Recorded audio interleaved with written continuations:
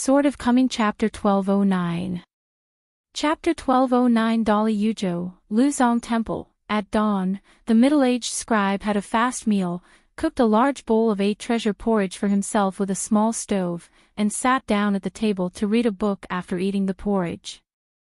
Floating Life Another Day. When you open the book, you will see the window light. The little novice came to knock on the window again to remind, Mr. Chin, there is a cloud rising in the mountains, do you want to go and see? The scribe put down the book in his hand and said with a smile, okay, wait a minute. I'll change my boots. Because of the heavy rain for 3 days in a row, the mountain was especially cold in spring. The middle-aged scribe was wearing a coarse cotton coat to keep warm, stepped on a pair of suede boots, and held a trekking pole. I also made a kudzu cane walking stick for the little novice monk who often accompanied me to climb high and watch the clouds, using local materials. When resting on the mountain road, stop the stick like staying on tin. The temple is shrouded in clouds and mist, one big and one small, each holding a cane. Passing by the release pool near the main hall, the water is sparkling, cushion carps gather by the bridge, the water is still the same, and the sound of knowing the king leaning on the cane. In his spare time, the young novice monk has climbed several times to look at the clouds alone. For some reason, he feels tired and out of breath after halfway up the mountain, and needs to stop and rest many times. But every time I climb the mountain with this poor but clean-lived middle-aged scribe, it will be much easier, which makes the little novice puzzled. This morning, we walked out of the side gate of the temple together, and they gradually climbed along the familiar mountain path. The novice just heard that the scribes will leave the temple soon, and the next time he will come to copy the scriptures, when, and he has not thought about it for the time being, so the little novice hurriedly asked this question. And if he doesn't ask again, there will be no chance. The scribe smiled warmly, with the green bamboo stick in his hand aggressively, and with a soft voice, he gave the answer, physical strength is still your physical strength, it doesn't increase or decrease. I just helped you adjust your breathing and distribute your strength during the ascent. If you gain strength, your foot strength will become better. I just go into the mountains more times, and practice makes perfect. So in fact, this move does not involve magical powers, so you don't have to think too mysteriously. After the scribe left his residence, the ink on the rice paper on the desk was still wet. What the middle-aged scribe copied today was 2 lines of Taoism from Dashing. The sky is not created by people, but the sky is created by the sky. Those who open the sky will be born with virtue, and those who open the people will be born with thieves. Zhu commented in the narration, what does Taoism follow from nature? The avenger does not give up, even though he has a heart, he does not complain. But for some reason, the word no was circled by a scribe with a red pen. The capital of Yushuan Kingdom, Changning County. In an old house, there is a swing in the courtyard. Everyone has a love for beauty, and the female ghost is no exception. Today, Shui Rui changed into a former court dress, wearing a brocade dress with pearls on the wreath. A beautiful woman swings on a swing. This painting should be hung on a jade scroll, hanging in the blue flowers. Shui Rui was sitting on a swing, her pair of embroidered shoes was high and low, she looked at some potted plants in the courtyard that didn't need to be moved inside to hide from the rain, and for no reason she thought of Taoist Wu's unintentional words. A grass is a flower that doesn't bloom. Not long ago, the Taoist priest who set up a stall moved out of the haunted house. It was not easy to live in the capital, which made him pay a large amount of rent for nothing. Haunted is true, haunted house is not true. If you are used to reading novels about wit and beauty, haunted house? That's what it means to be a ghost under the pomegranate skirt. Taoist priests rented an old small house in other streets and alleys in Changning County. The flowers and plants in the courtyard were all left to the female ghost Shui Rui to take care of. It's like paying rent.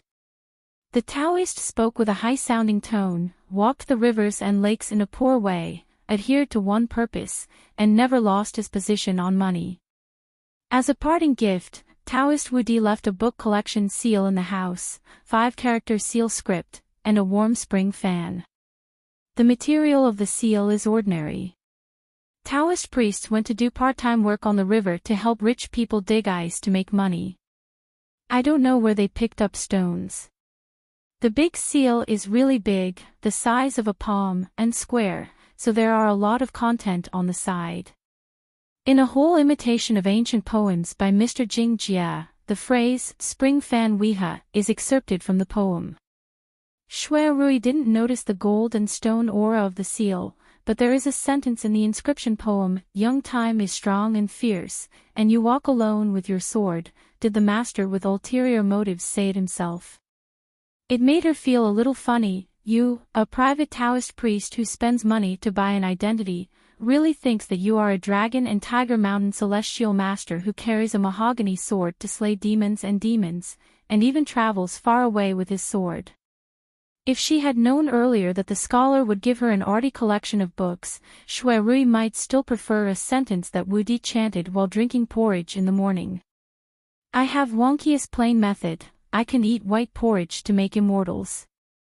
Shui Rui had to admit that Wudi, a Taoist priest, had indeed read a lot of books, otherwise he would not have been able to read exegetically sentences proficiently, but she expressed doubts about whether his knowledge was high.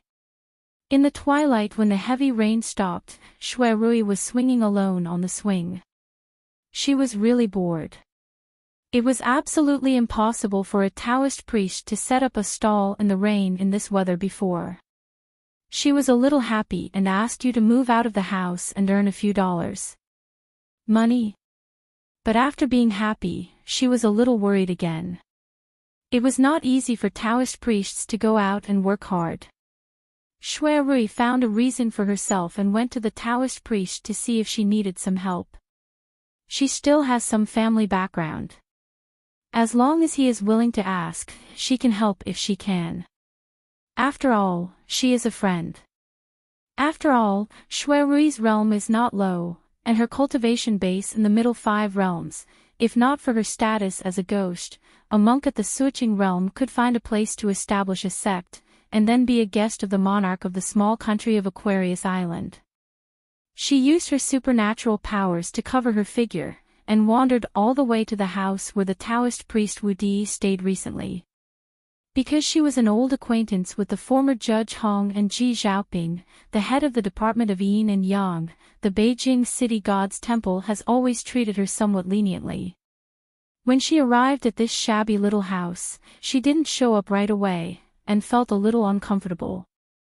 She gave her such a large collection of books and seals, but lived in such a small place, which made Shui Rui feel a little guilty, and she should be kept.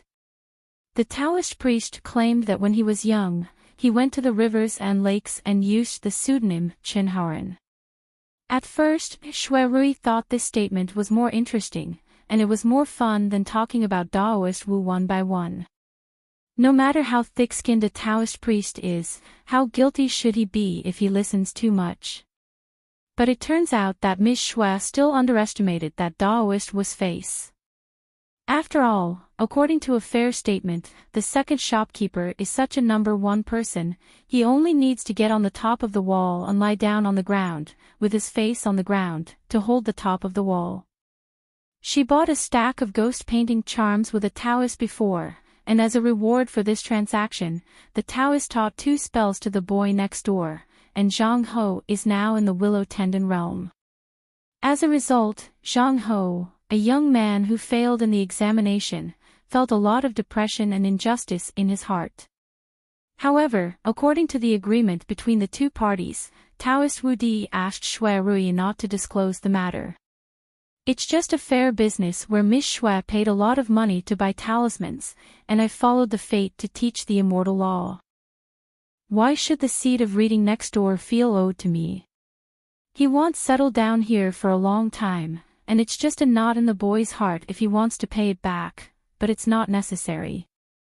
In addition, did the female ghost listen to the persuasion, and finally did not take any risks, and rashly leapfrogged to burn amulets and surrendered to the picket department in Wanshan. Especially when Shui Rui heard the great news, she was even more fortunate secretly, just because Tong Wenchang, the unattainable mountain lord on Ganzhou Mountain in Xishan, had just received the divine name bestowed by the Confucian Temple of China, the Great Banner. Shui Rui was born in Gong, and she was the empress' friend back then, so she is familiar with the official rules. At this moment when the entire Du territory is shrouded in a festive atmosphere, is it reasonable for a female ghost to submit a complaint? Shui Rui continued to hide her body, sitting on the wall of the small house, and found an unremarkable old man squatting outside the kitchen door, looking like a farmer. She was a little surprised. Daoist would set up a stall for fortune-telling, and they all put it in the house. But the problem is that the attire of the old man in front of him doesn't look like a rich man. He is dressed in sackcloth and straw sandals, with a bitter face. Strange, you, Wu Di, are so ignorant of your conscience in making money now, that you even cheat such an honest person of his hard-earned money. It can be seen that the old man is not a chi trainer, but a poor old man. During mealtime, Taoist Wu Di seemed to be busy in the kitchen. Shui Rui hesitated for a moment, worried that she would frighten this ordinary old man, so she floated out of the small house, opened the door and entered, pretending to say, "Daoist Wu, congratulations on the housewarming." Wu Di yelled at the top of his voice in the kitchen, "It's Miss Shui, a rare visitor, sit casually in the main room, let Pindao be busy for a while." Seeing the female ghost, the old man nodded his head. Shui Rui bestowed a blessing, and the old man pinned a jasper pipe to his waist. Probably the only valuable item. Is it its idea that Taoist Wu Di played? It's really dark. Could it be that the lack of money is enough for this, and things like Lianyu cigarette rods can be bought continuously? Shui Rui thought for a while, and then reminded the old man in a subtle and oblique way, "Old man, this pipe is inherited from the ancestors, right?" The old man nodded, "It is." Shui Rui couldn't bear it any more, and said softly, "Since it's from the ancestors, don't just send it out casually. If you ask Daoist Wu for a fortune-telling fortune, he'll just advance the money for you, and he still owes me some small silver." The old man smiled and said nothing. The Taoist priest in the room was wearing an apron, holding a spatula, and said angrily, "Miss Shui, what's the matter with you? It's a taboo in the world to cut off people's money. Besides, we are friends after all, there is no reason for you to tear things down like this." Shui Rui used her heart, and said angrily, "This old lady is helping the manager and not helping the relatives. Daoist Wu, you have lost money, and even cheated on the ancestral property of this simple and honest old man. In this weather, you are not afraid of being struck by lightning." "What?" Chen Pingan took 2 large bowls and walked out of the kitchen. The steam was steaming and the fragrance was pervasive. A pair of chopsticks were placed on each of the bowls, and he said with a smile, "What are you trying to do?" "I just call my friends to come to the door, old Tong, and try my handicrafts."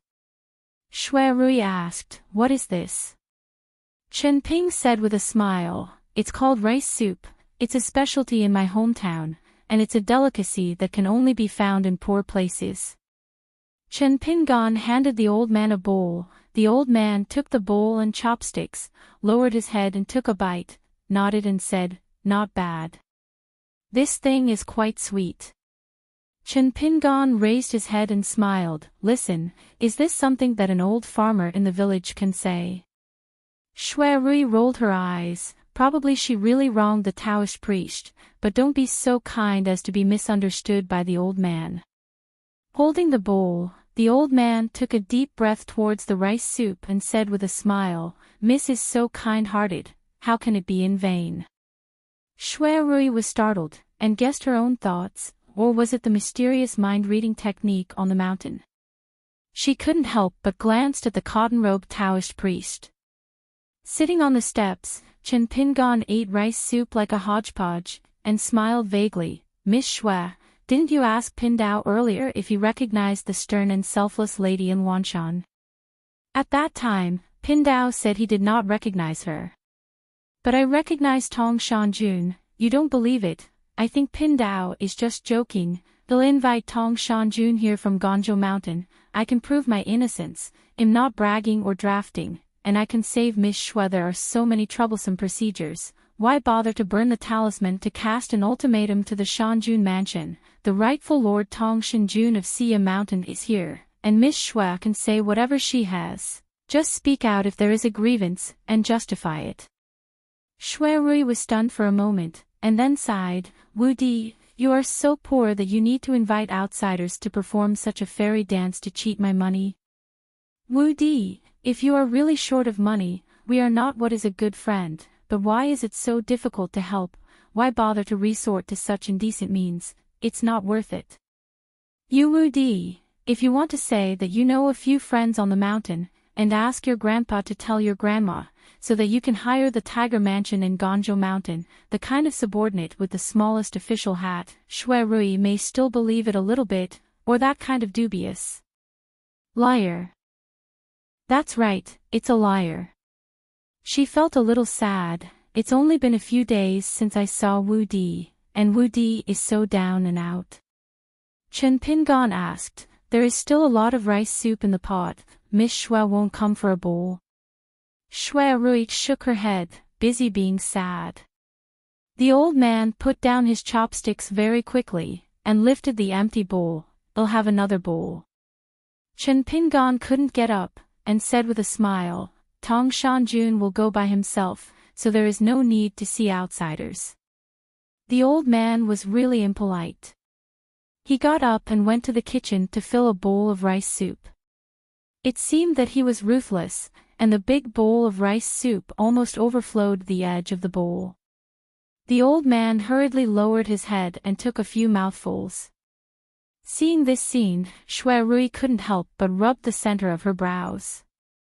If you really want a partner to cheat people out of money, you, Wu Di, are not willing to spend more money. For example, the old man who was in that theater troupe.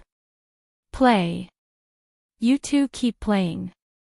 With such clumsy acting skills, it is your ability to cheat a copper coin from my aunt. Xia Ganzhou Mountain is close to Fengshui Temple. It has 2 Chujun mountains. Among them, the main peak of Luan Mountain is several times higher than Ganzhou Mountain. The goddess of the mountain is very famous. Her name is Huailu. It is said that Tong Shanjun, who is the immediate boss, listens to her.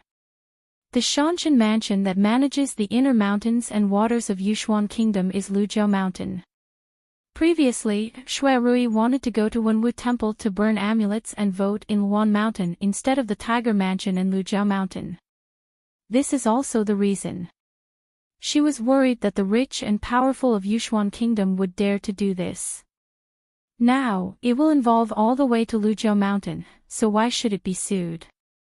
Last time, at the Xiaoqiao meeting in the royal study room of Dali capital city, the 2 mountain gods who were the crown princes of Xishan Mountain, Luan Mountain Huailu and Lujiao Mountain Chang Fenghan, did not attend the meeting. It is said that one is because she is too tired and lazy. Anyway, she has become the goddess of the mountain of the crown prince, and she has no chance to be promoted in the officialdom of Aquarius Island. The other is because she is too arrogant, and Chang Fenghan and Luan there are often conflicts in the mountains, and they look at each other and hate each other, so that the 2 mountain gods have no contact. Shui Rui looked at the old man who looked more and more pitiful, and then at the Taoist priest who was setting up a stall with the old god. She thought about it, but still couldn't express what she felt, so she asked, "What's wrong with you?" Chen Ping shook his head and said with a smile, "Tong Shanjun."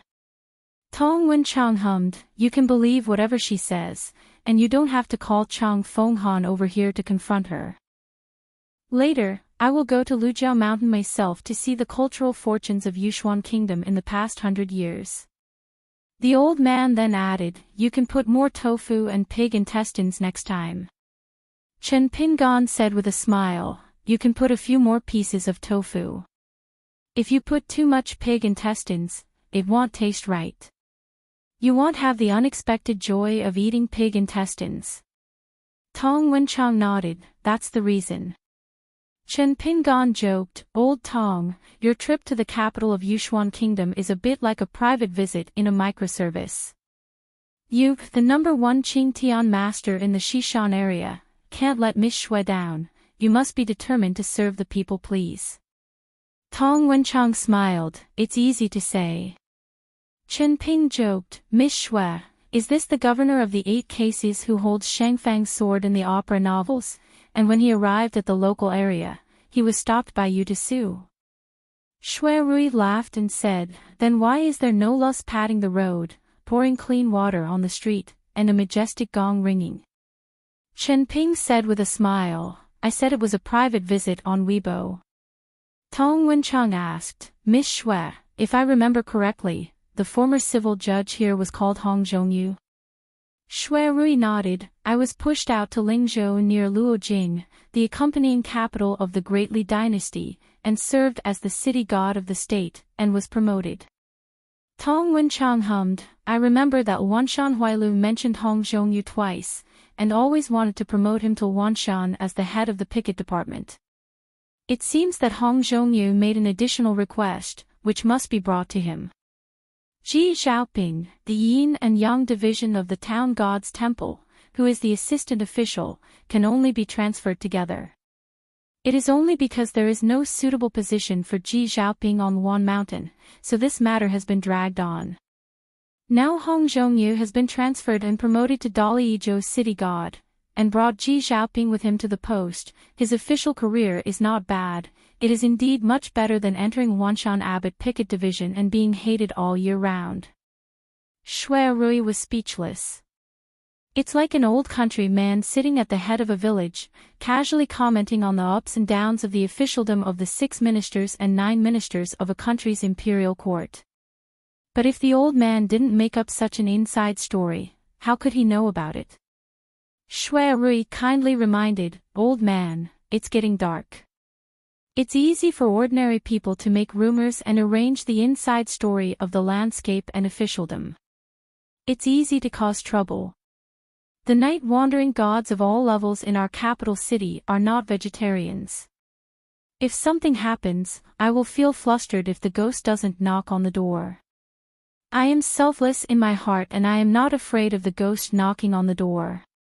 Tong Wenchang said with a smile, Miss Shui, since Taoist Master Qin has personally intervened in this matter, you can rest assured that both Lu Jiashan and Yixuangguo will give you a satisfactory explanation. When the old man and the Taoist had finished eating the rice soup, Shui Rui sighed. Since she was idle anyway, she took the initiative to take the 2 empty bowls and 2 pairs of chopsticks, went to the kitchen to pick up the gourd ladle, and took it out of the vat. Spoon water to wash the dishes. When she shook the water stains on her hands and walked out the door, she saw the scene on the other side of the steps. Good guy, these 2 uncles actually started to smoke, smoking a stick of dry smoke after dinner, looking happy like a fairy. Tong Wenchang narrowed his eyes and said, Can I ask, what kind of person is the boss sword immortal? Chen Pingan suppressed a smile and said, Talking, witty, amiable. Tong Wenchang said, I can't believe it. Chen Pingan said, It also depends on whether you are familiar with the boss sword immortal. Tong Wenchang nodded, and asked an inappropriate question, If you didn't call here today, to deal with this family scandal, would you have to let the newly established government office of Zhao Yao, the abbot of the Ministry of Punishment, go secretly to the Xishan area? Chen Pingan said, I had this plan at the beginning, but I have some personal matters here, and the 2 should not be mixed together, so I decided to let Brother Tong go through this. Since it is to solve the problems left over from history, who will come? It's not important to solve it. Just recently, Xiao Yao found a line in the capital of Dali. Brother Tong, I also need to say hello to you in advance. In a few days, I will go to the next county to find my fellow villagers, but I believe the commotion will not be too big. Tong Wenchang nodded, You can do whatever you want, Mr. Tong is old and dim-witted. Besides, even if the sky is broken, the person who will clean up the mess in the end will be Dolly Guisher. Chen Ping suddenly smiled and said, "Do we count as mutual protection by officials?" Tong Wenchang grinned, "In life, there is revenge and kindness for revenge. I was young too, and I was still a little bit angry when I was eating incense and clay statues." Since the words of both parties were not concealed, Xue Rui was terrified and asked cautiously, "Old man, are you really Tong Shanjun?" Tong Wenchang nodded. Xue Rui turned to look at Taoist Wu Di, who nodded to indicate that it was true. Xue Rui shifted her gaze again, and said in a trembling voice, "Tong Shanjun, so he is? Miss Xue, what's your problem?" "I can guess it. In this world, among the Qi practitioners on the mountain, who can beat around the bush and say that they are familiar with the boss sword fairy. From the Great Wall of Sword Qi, we in Aquarius continent there are still a few people who can casually mobilize a servant of the Dali criminal department, and let Tong Wenchang come to Yushuan Kingdom to drink a bowl of rice soup. Or is it that the girl actually has the answer in her heart? I can't believe it, and I have to be alone. Can outsiders believe it?" Tong Wenchang picked up the cigarette stick and pointed at the fellows beside him, and said with a smile, "This is Dallas' new national teacher, Luobashan Chen Pingon." Chen Ping smiled and said, "I have to correct it, it's 2 big bowls of rice soup." "1 bowl and 2 bowls, charge money." "Of course not. Miss Xue, please help me to serve another bowl of rice soup." The rice soup cooked by the last hidden official of the Sword Qi Great Wall is not something you can eat if you want it. Xue Rui walked towards the kitchen in a daze, a mess. Tong Wenchang wondered, "Why did you suddenly change your mind and let me reveal your real identity?" To help Xue Rui seek justice, with Chen Ping's current status, he only needs to inform Ganzhou Shan, and there is no need for him to go to the capital of Yushuan Kingdom himself. Chen Pingon said, "It was just this time when I went out of the closed door, I suddenly wanted to understand something." Tong Wenchang said, "All ears." Chen Pingon said with a smile, 3 days of fishing and 2 days of drying nets, the catch of fish is hope, the sun is hope, and fishing nets are also hope. Tong Wenchang smiled and said, "It's a new way of saying it." Chen Pingon asked, "Brother Tong, have you not noticed the world in the house? What's wrong?" Tong Wenchang nodded, "When you ask me that, I can be sure that Xue Rui is a fake. It seems that the heat is still not enough to completely deceive a mountain god." Chen Ping got up and said with a smile, "Mi Geng is real. And what I heard and saw next is all real people." Tong Wenchang said, "Well, wait and see." When Chen Ping went to the kitchen, Xue Rui knocked on the door and entered, still saying, "Daoist Wu, congratulations on the housewarming." Like a poor knight-errant boy with a sword on his back, he watched the excitement of a grass-stage theater troupe at a temple fair, and wrote down the specific shapes and structures of those minions, their respective uses, and remembered the different figures of the young, clean, ugly, and ugly. Singing and chanting, the young man thought he had to watch a few performances by the big troupe. A pair of straw sandals stepped on the Imperial Street, and then walked outside the Imperial Palace in the capital. The extremely high vermilion lacquer gate was lined with 9 nails vertically and 9 horizontally. After hesitating for a while, the boy still didn't go to the so-called Jinluan Palace in the opera. There is a river outside the palace, which is actually a good place for fishing. Don't look at the old patriarch's smooth speech and fluent answers, but he was actually very panicked. Zhang Kaiqin and Hong Yangbo looked at each other, and they both sensed each other's embarrassment.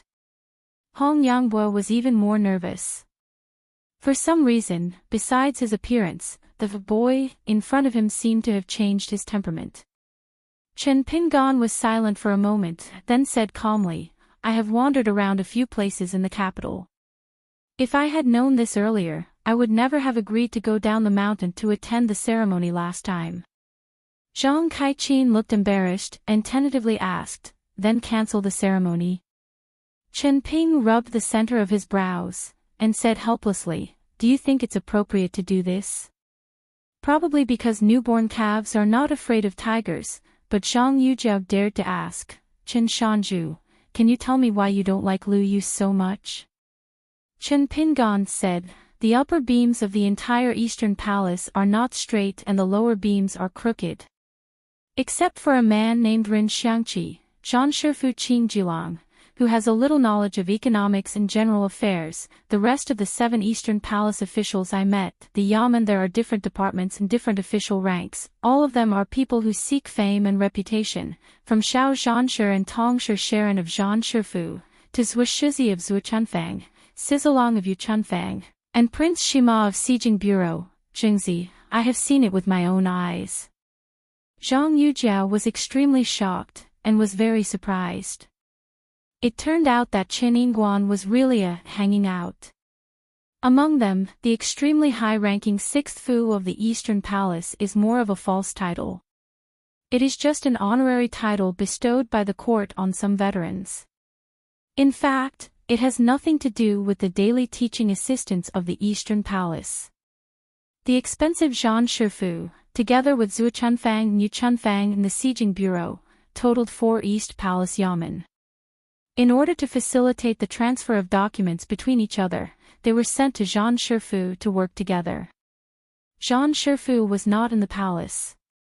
Inside, it was built on the bank of the Yulong River between the imperial city and the outer city, because Qingxing Kingdom's capital occupies a small area, and the Yamen is not considered alienated from His Majesty the Emperor. Among them, there are 2 chief officials in the Bureau of Economics and Economics, Prince Shima, who are not high in rank and are only from the 5th rank. They are mainly responsible for the publication, editing, and collection of books in the Eastern Palace. Job, the old saying in the market says that the Prime Minister's concierge is a 3rd-rank official, let alone the Crown Prince's official in the East Palace, the old man in the hidden residence. Moreover, these noble officials can use this as a ladder for the transfer of Hanlin officials. Chen Pingan added, and most of the officials here think that Prince Lu Yu is a fool who is easy to deceive.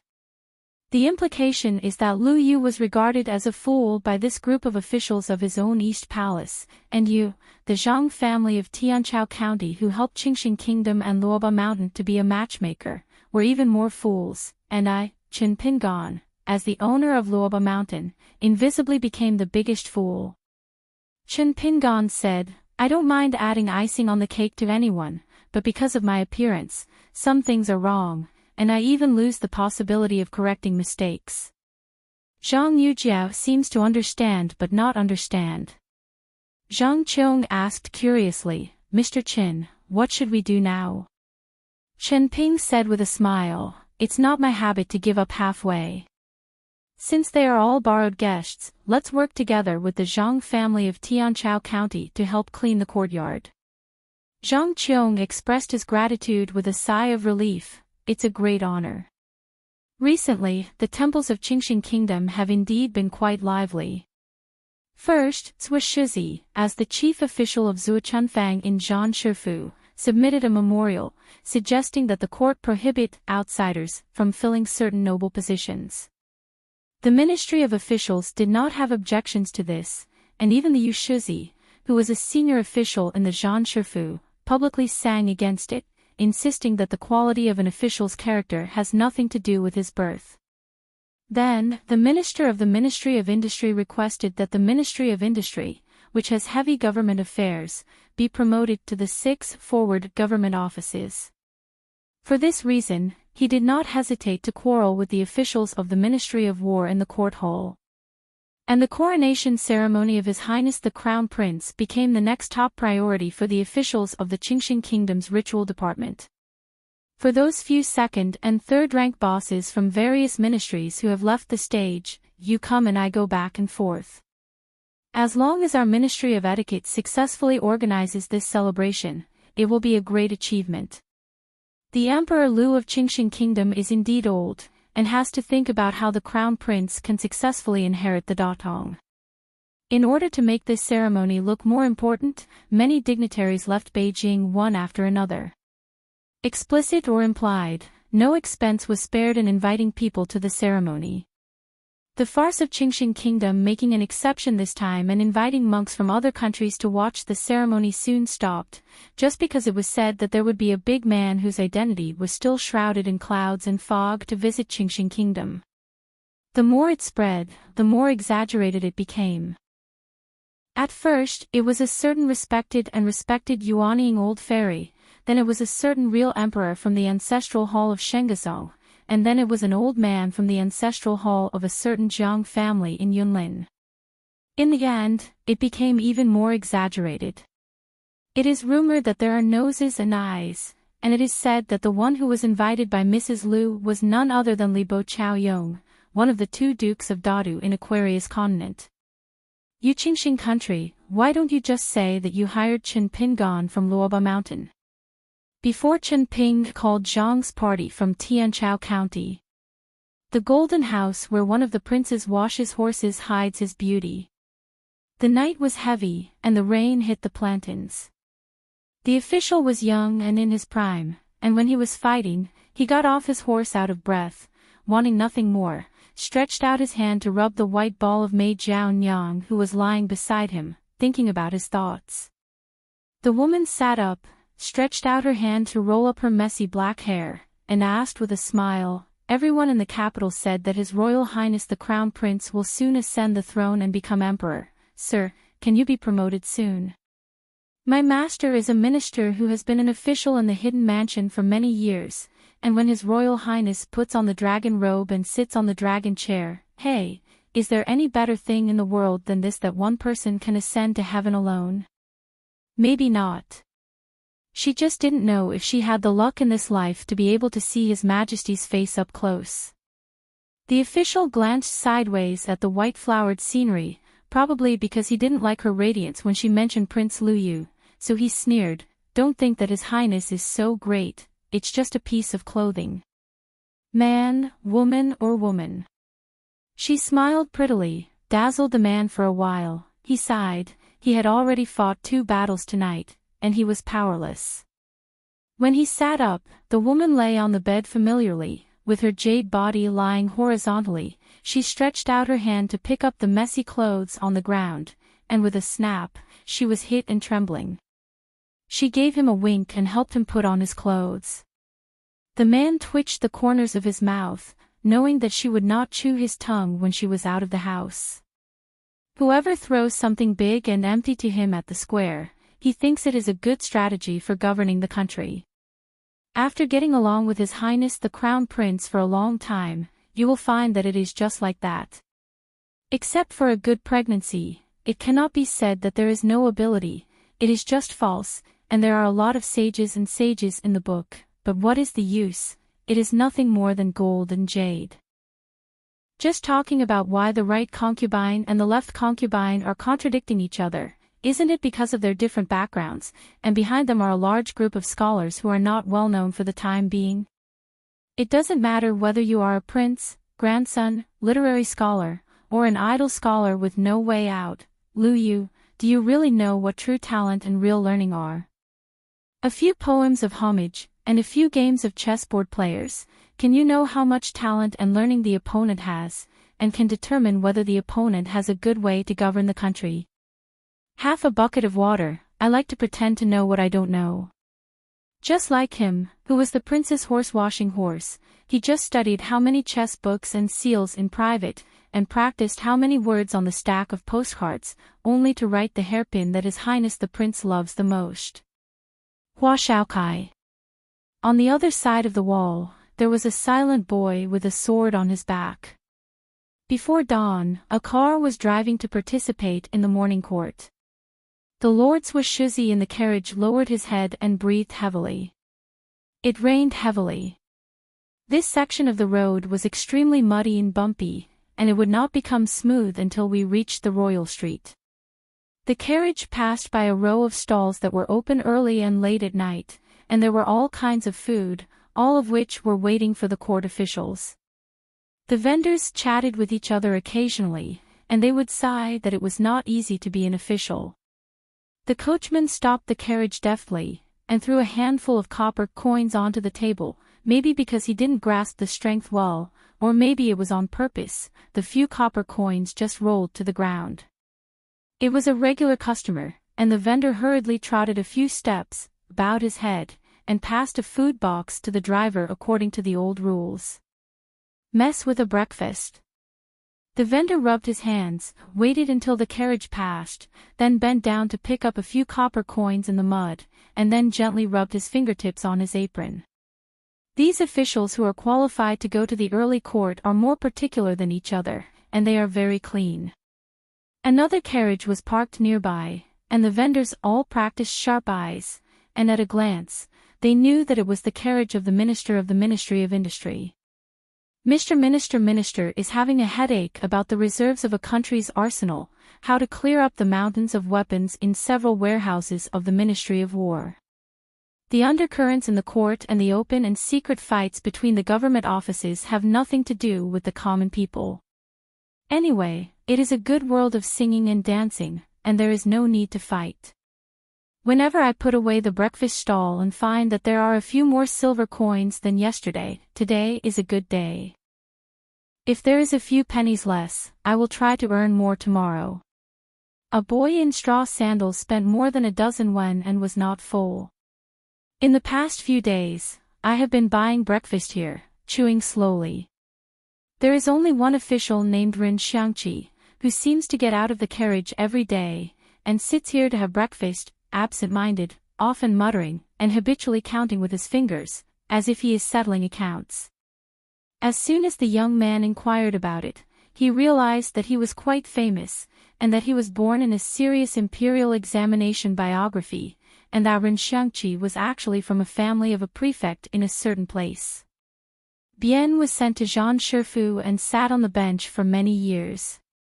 Many of the exams that were not as good as his in the same year have made a fortune.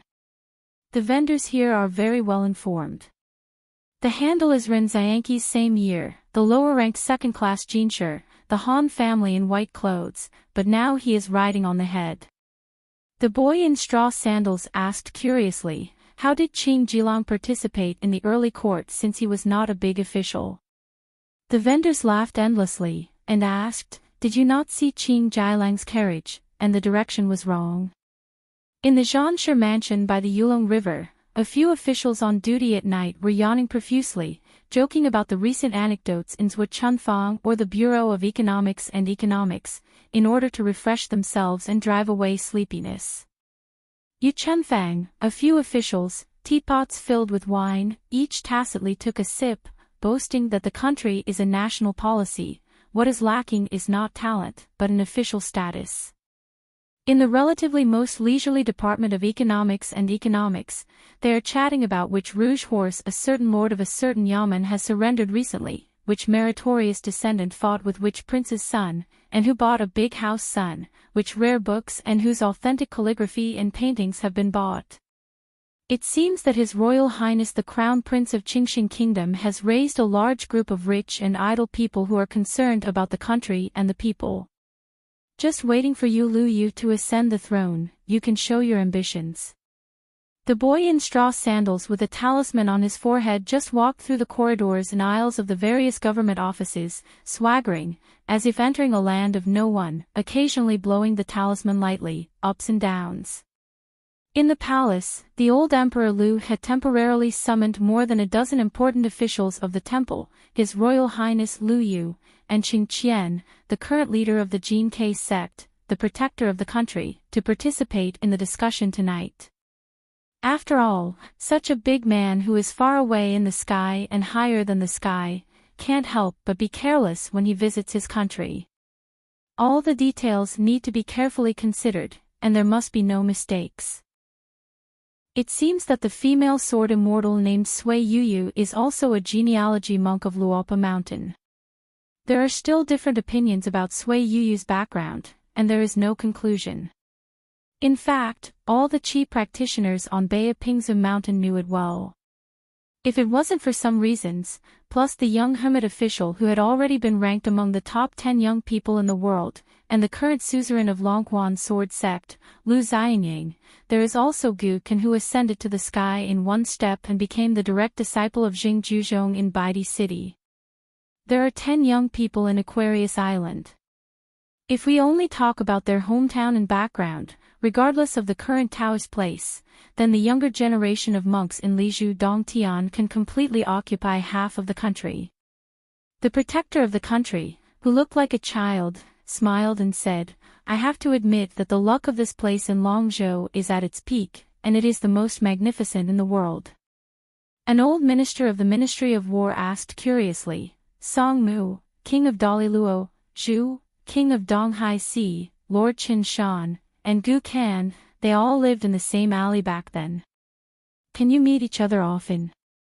Qin Qian nodded and said, "That alley is called Nipping Alley. It seems that the ancestral home of Chao Shi, the sword fairy of Nanpa Suozhou, is also in this alley, but the old sword fairy Chao has been away from home for a long time." Old Shangshu held back for a long time before he could make a concise two-word evaluation: terrible. If it were him, assuming that he was a prophet and knew about the future achievements of these people, 20 or 30 years ago, when the Lizhu cave just opened, when his body was still strong, he would go to the so-called mud bottle alley. Can't you have a trembling heart and a wobble with your feet? Can you imagine that a young man who is an apprentice and a kiln worker is the last hidden official of the Great Wall of Sword Qi in the future? How do you greet each other when you meet in an alley? A young girl who may return with a bucket of water from the Iron Lock Well is the only true dragon in the world. She will face the two throne monsters alone in the battle of the old dragon city. In the end, the Confucian Temple decided that she would be in charge of the East China Sea. Since it is said that distant relatives are not as good as close neighbors, they just don't know that Gu Kan, who is known as the Madman, and Song Mu, the most powerful vassal king of the Great Li dynasty, what was their relationship in the early years, whether they were harmonious or not. Probably due to the approaching of the Qingming festival, there was continuous heavy rain, but the recent atmosphere of the Zhuji school's Tsayu Mountain, and the state of mind of the genealogy monks, were like the sun shining brightly. It was only because Tsayu Mountain, which already belonged to Xingyang Mountain, only spent 30 grand Uruguayan pesos coins to buy it back after the leader Guo Huifeng took a trip to Yixian Peak alone. As for how Guo Huifeng talked with the sword fairy suzerain Zhu Huang, she didn't say exactly how they talked. The monks of the Zhuji sect only found out through some gossip from the peaks of Xingyang Mountain that it was the Zhu Huang who personally appeared at the foot of the Zushan Mountain to receive him. At the same time, the relationship between the Zhuji faction and Xingyang Mountain remains the same, and it will not become the latter's downfall, but the annual tribute share remains the same, or the relationship of spending money to buy asylum. Bayan Ai, who is the mining officer of Tsayu Mountain today, just entered the mountain, and saw a familiar face squatting at the entrance of an old pit.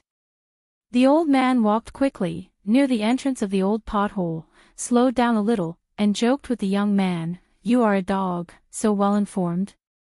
That's good, save a lot of trouble finding someone. Now that the Zhuji faction has overcome the difficulties, it's okay to say that it's a blessing in disguise, so the outsider GG, who was kicked out by himself not long ago to avoid the limelight, can come back and resume his duties. It's just why the Zhu Zongzhu is willing to treat the Zhuji faction so favorably and take the initiative to show her goodwill. The last time Guo Huifeng was at the foot of the Yixian Peak, he didn't understand it. After returning to the Zhuji faction to hold a meeting in the Patriarch Hall, she just said the final result of the discussion between the two parties. Let Zhang Lv Lingxie restrain his monk's words in the near future, don't get carried away, lest some young and energetic sword immortals in Xingyang Mountain hear it, feel unhappy in their hearts, and come to find fault again. With his hands in his sleeves, Qin Ji asked with a puzzled face, "Uncle Bai, what news?" Seeing that he didn't seem to be pretending to be stupid, Uncle Bai hesitated for a moment, but told the other party a general idea from his heart. It was nothing more than an improvement in the relationship with Xingyang Mountain. The head of Gua and the master of the bamboo clarified all the misunderstandings, and won the victory for the Zhuji faction. He had lived in peace with Xingyang Mountain for hundreds of years, so he planned to let Qinzhou restore his status as an outsider, and asked Qinzhou if he would like it. The young man shouted angrily, "It was Uncle Bai who drove me away, and now it is Uncle Bai who invited me back to Tsayu Mountain. How dare you, Uncle Bai, walk the fish here?" Uncle Bai smiled and said, "Don't act like a good boy when you get a cheap price. You can just say it. Would you like to resume your status as a knowledgeable guest? If you nod, don't be too happy. There is also a hard job waiting for you, but don't let your energy go in vain. Can raise salary." The old man's eyes were kind, looking at this young man whose boots were covered with mud from the mountains. It must be that it is really not easy to make a living outside, otherwise this kid would not have returned to Tsayu Mountain holding his nose, putting himself in his shoes and putting himself in his youth, being chased away. "I really don't want to serve you anymore. As an outsider, the salary is 12 snowflakes per month as usual, and the bamboo stick pie includes food and housing, and there is almost no additional expenses. What's more, Chika is responsible for dealing with people, if he is a little more active, and if he gets some kickbacks, as long as he doesn't get too dark, with by boss kindness and the old man's love and partiality for the old man, he will definitely turn a blind eye to it. One eye, not to mention a lot of oil and water, let the young people save some daughter-in-law money with Zizipai. After all, it is possible. But if you say that your old heart is higher than the sky, and you fell in love with a certain fairy from the Daxian mansion, such as Su Jia in Jingyang Mountain, then you will be fine, sleep more and dream more. Chen Ping said with a smile, "Uncle Bai, I came back to Tsayu Mountain this time to enjoy the blessings. Let me talk about it first. What is the hard work? I have to hear it before making a decision. Don't fall into a trap." Uncle Bai smiled and said, "The Kaiushan mining project that was put on hold has now resumed work, but both the head of Gua and Zhang Zhonglu feel that the previous method is not very reliable. The ideas raised here, I have brought a few words to the Patriarch Hall. I never thought that most of the members of the Patriarch Hall thought it was good, so I asked for an errand for you to manage the accounts. How about it? The personal promise of a suzerain sword fairy is more reliable than any vows made by burning talismans and submitting ultimatums. This means that for at least 300 to 500 years, or even longer, the Bamboo Emperor will remain the suzerain of Jingyang Mountain for as long as one day. Then the Zhuji school, which was once precarious, no longer has any internal and external troubles. Just like the last meeting in the Patriarch's Hall, Bai and I, who used to only listen and not talk, rarely took the initiative to ask if he could accept Yanka Chinzhou as his direct disciple. It was obvious that he wanted to cultivate the other party well, and he was going to give the mining officer a hereditary replacement to the young man surnamed Qin. The leader Guo Huifeng also had a good impression of the young people who often went fishing by the river, and the leader Ling Xia took a special look at the old files and found that this outsider had a good reputation in his own school, so she didn't have to in this kind of trivial matter. He competed with the head of the sect, so Qinzhou became a direct disciple of the Patriarch Hall, which was almost a certainty. As for Bai and I himself, after having this idea, his mood became more and more relaxed. He always felt that in the future, he would raise a flock of geese and ducks, build a vegetable garden, fish by the river, and read books if he looked at thousands of mountains.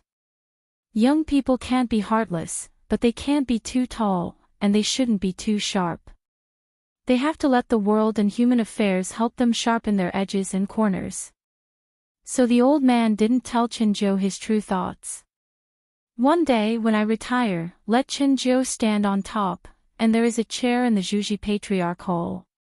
First become your own heirloom status, and after a few years of qualifications, take advantage of the opportunity to serve as the next mining officer.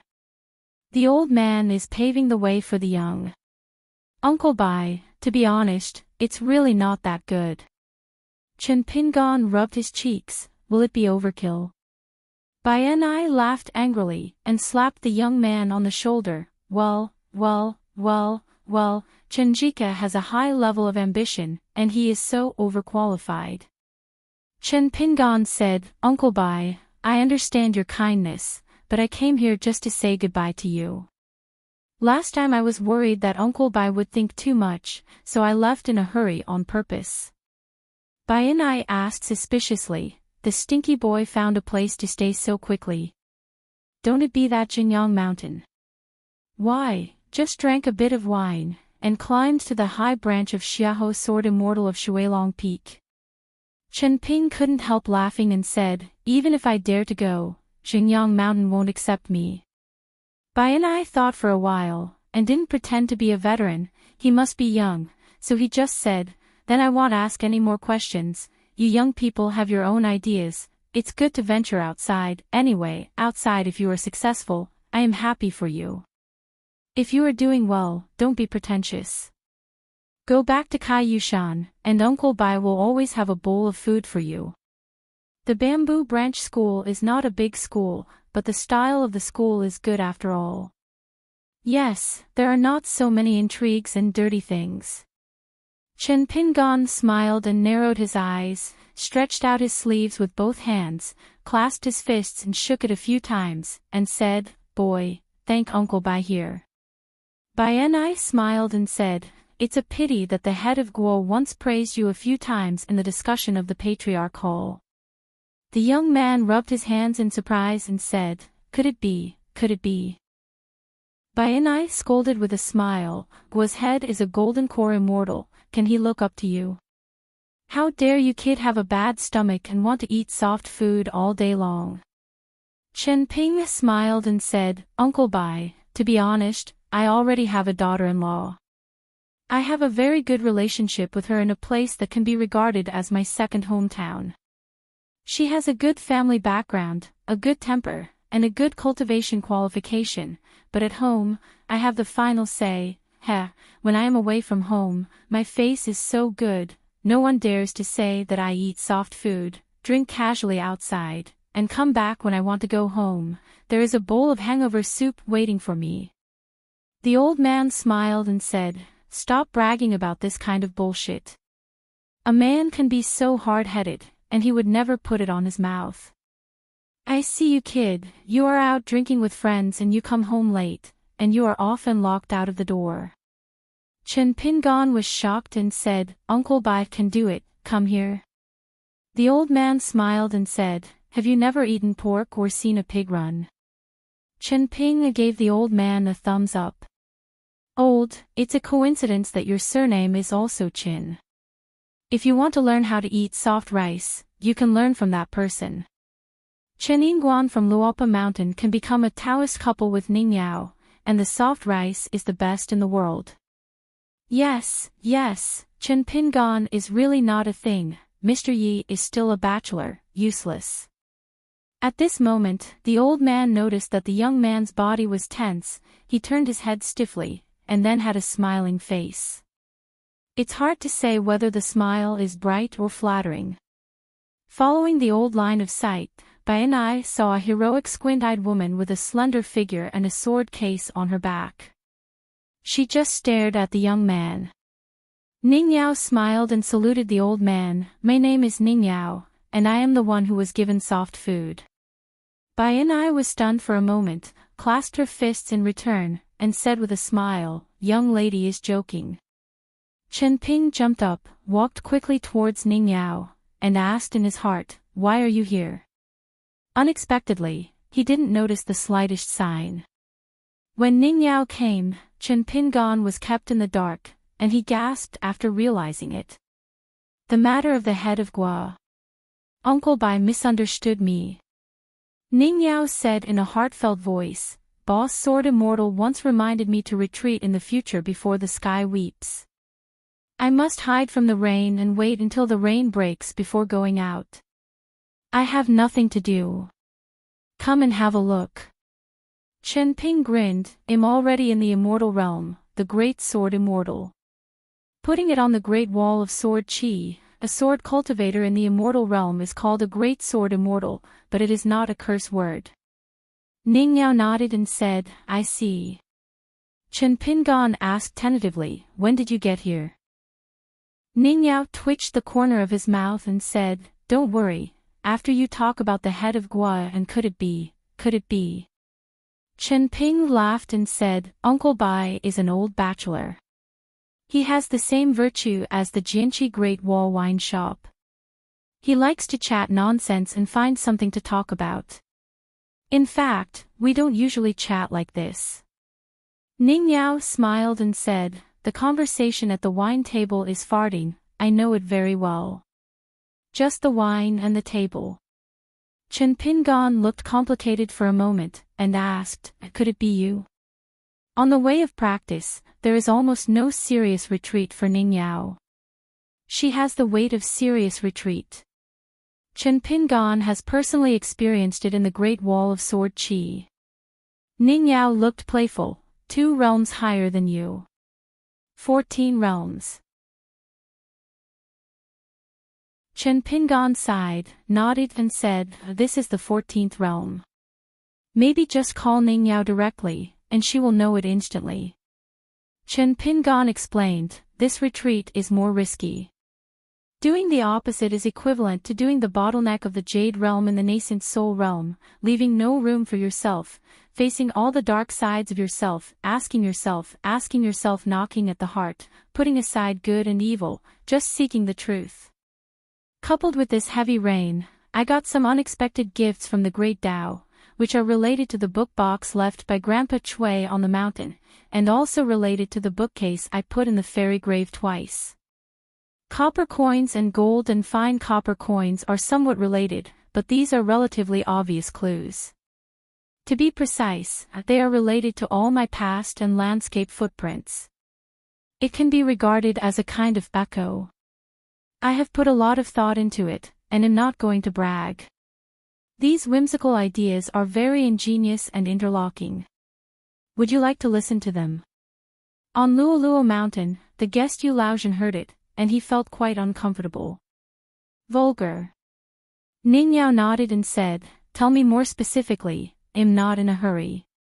Chen Ping laughed for no reason, just because he remembered something Jing Dafeng said, anyway, if it is raining, it is idle either playing shoes on a rainy day, or having a baby on a rainy day, he. After hearing Chen Pingan's detailed description of the retreat, Ning Yao nodded and said, the sword is slanted, and it is dangerous. That child, he chose to leave voluntarily in the end, maybe it was not because he recognized or accepted himself when he grew up, it's just that he is kind-hearted and doesn't want to make things difficult for you. Of course, this is just my personal opinion, and it may not be the truth, and you don't have to bear any burden on it. Chen Pingan was speechless for a long time. Regarding this matter, he actually had a question and answer session with his pure and divine self, and no one had a definite answer. Bystanders clear. Maybe what Ning Yao said is the truth. Ning Yao said, anyway, since you are already a great sword immortal, the next path is suddenly clear and clear. Right, Chen Great Sword Immortal.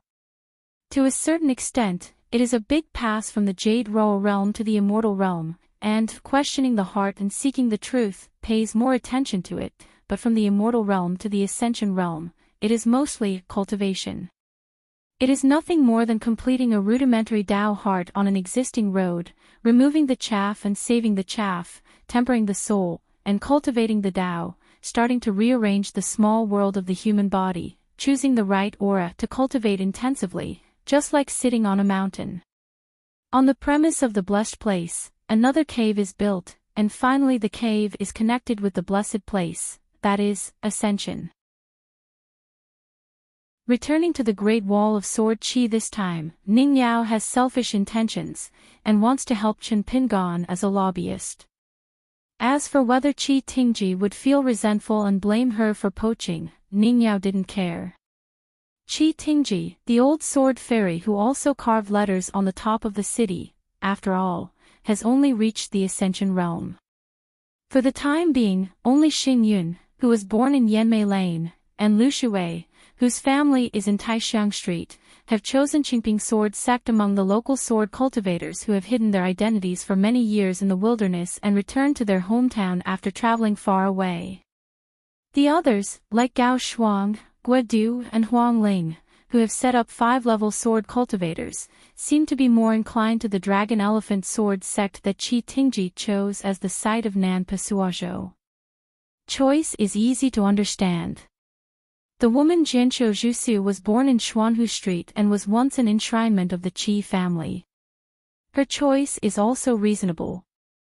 In the past, Zhuan, who belonged to Yingguan's lineage of swordsmen and served as Xiao Yun's right-hand man, was her clan. Both Huangling and Xianyang have a sword fairy's private residence, which seems to be named Jinggangpo and Baiheoan respectively. During the years when Gao Shuang and Mei Kan lived in seclusion in the wild world, they found a Taoist couple and disciples, both of whom were wild sword cultivators. The direct disciple is a sword cultivator in the immortal realm. Of course, Ning Yao has never seen any of these sword cultivators from his hometown, from the wild. The interval between years and months is too long, and there is too much difference in generation. When they left their hometown, they took the initiative to become dead soldiers in the wild world. Except for Huangling and Xianyang, who were special, they had already become famous in the Jianqi Great Wall in their early years. Most of the rest were Earth Immortals, not even Jindan and Yuanying. The files at the Summer Palace never recorded these things, and they were still worried that the list would be leaked and Tuo Yuashan would follow along. Facts have proved that this move is both wise and overwhelmed, because Xiao Yun brought 2 Yupujing sword cultivators from the lineage of the hermit official back then, Luoshan and Zhuan, to betray the Great Wall of Sword Qi. In the end, they didn't help the wild world find any nails. It can be seen from this that Xiao Yu really hated Houran Tianxia, and then hated the entire Great Wall of Sword Qi. She felt too aggrieved, so she chose to go to the wild. But Xiao Sun didn't hold any resentment towards the sword cultivators in his hometown who seemed to be waiting for death and dying in vain all their lives. Ning Yao walked casually on the battlefield of the past, came to a place, squatted down, and picked up some dirt.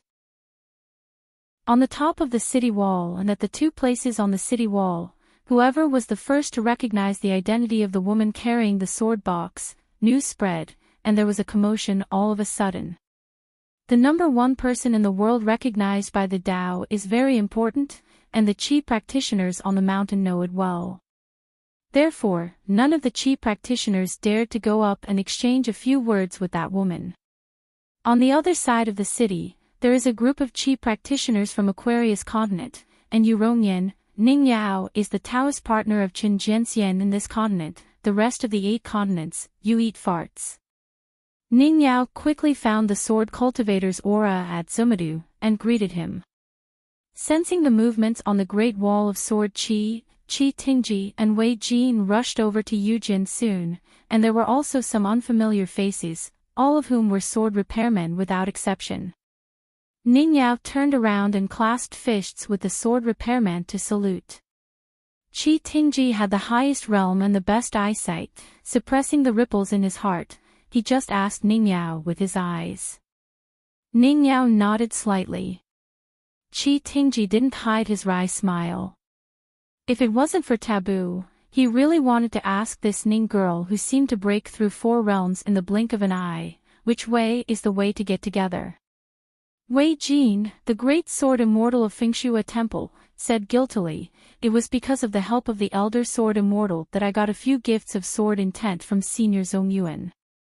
Ning Yao said, "If it wasn't for Wei Jiangxian's own knowledge of swordsmanship enough, Boss Jianxian wouldn't be able to help." Wei Jin smiled. The wine shop's horizontal criticism is not a scam. After all, Wei Jianxian is the biggest customer of that wine shop. As the wild sword cultivator, the woman Ling Sun and the young sword immortal named Junza are obviously very curious about this genius sword cultivator who was the only one in the Great Wall of Sword Qi in the past. Ling Sun took the lead in introducing himself. "My name is Ling Sun, and I am Guo Du's Taoist companion."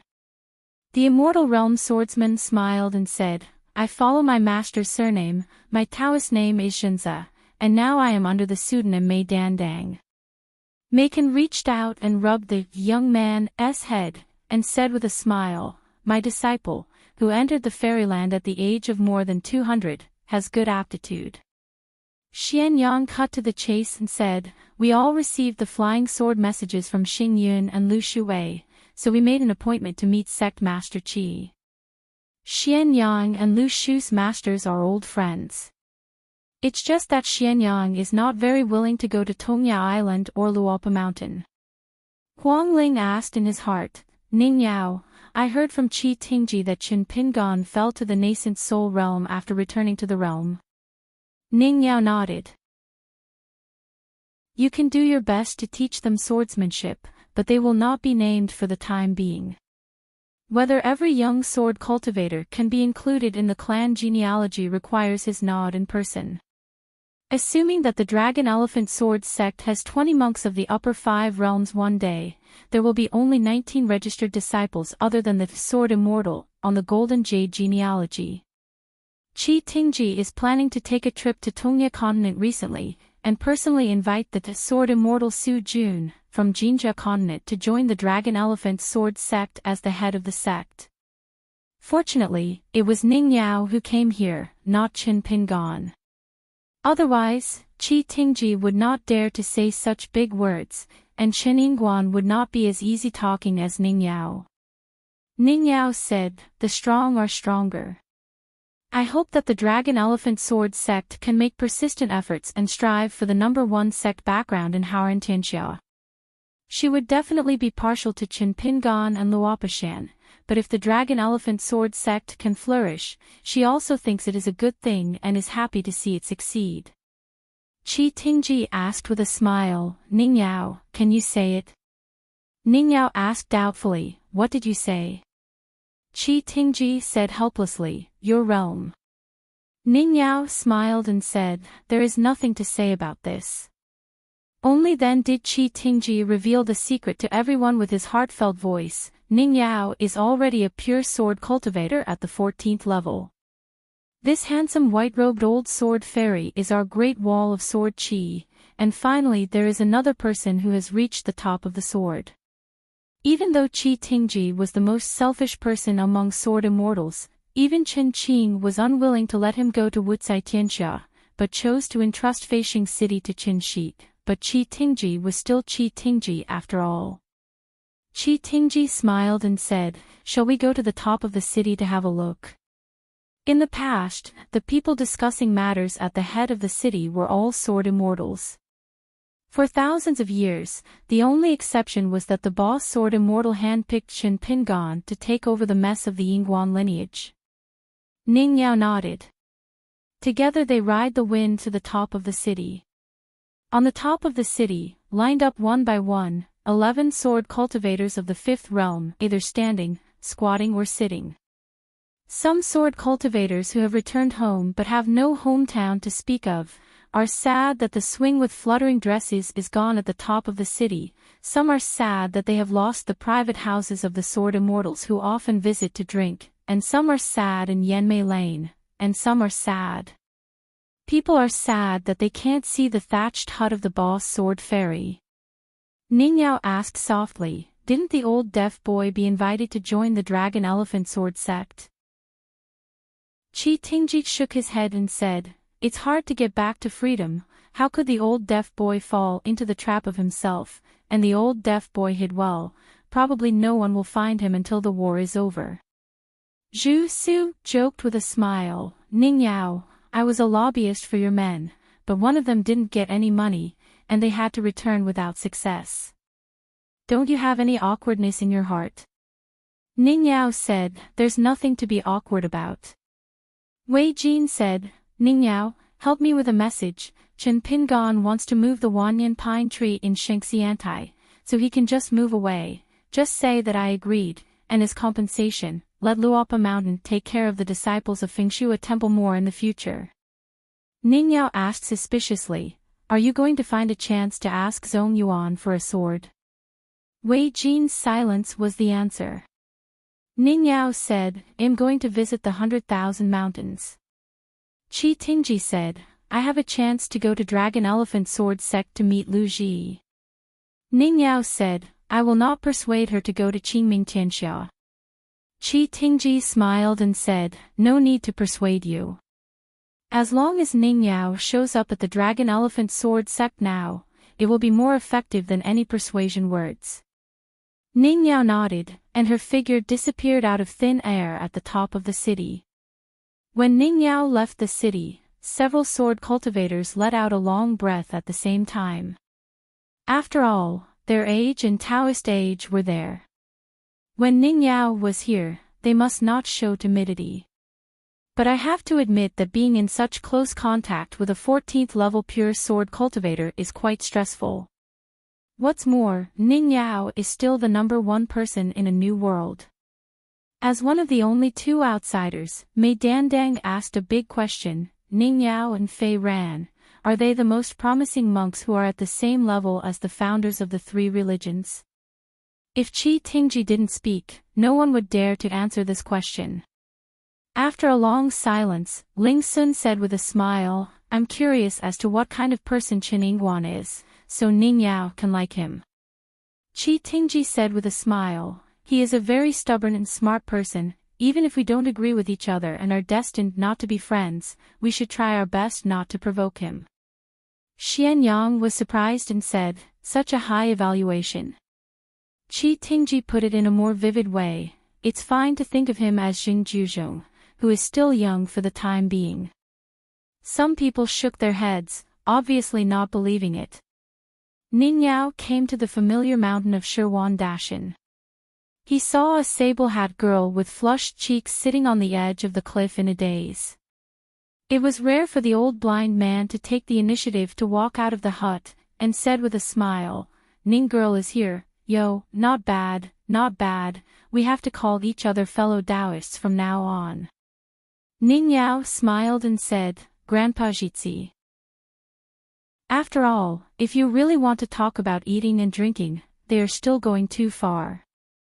There is always a few pickled fish that can't be kept at the old side, so they just let them take advantage of it." The young man who was really thinking about that question over there came back to his senses and asked, "Chang Ji, didn't you resign the outsider? Why did you come back again?"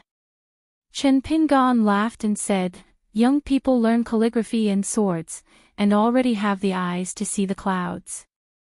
People are in the Yinghua, and they look at the world. Recently, they can walk horses. They are not weaker than the ancient heroes. The sword can be defeated by one person.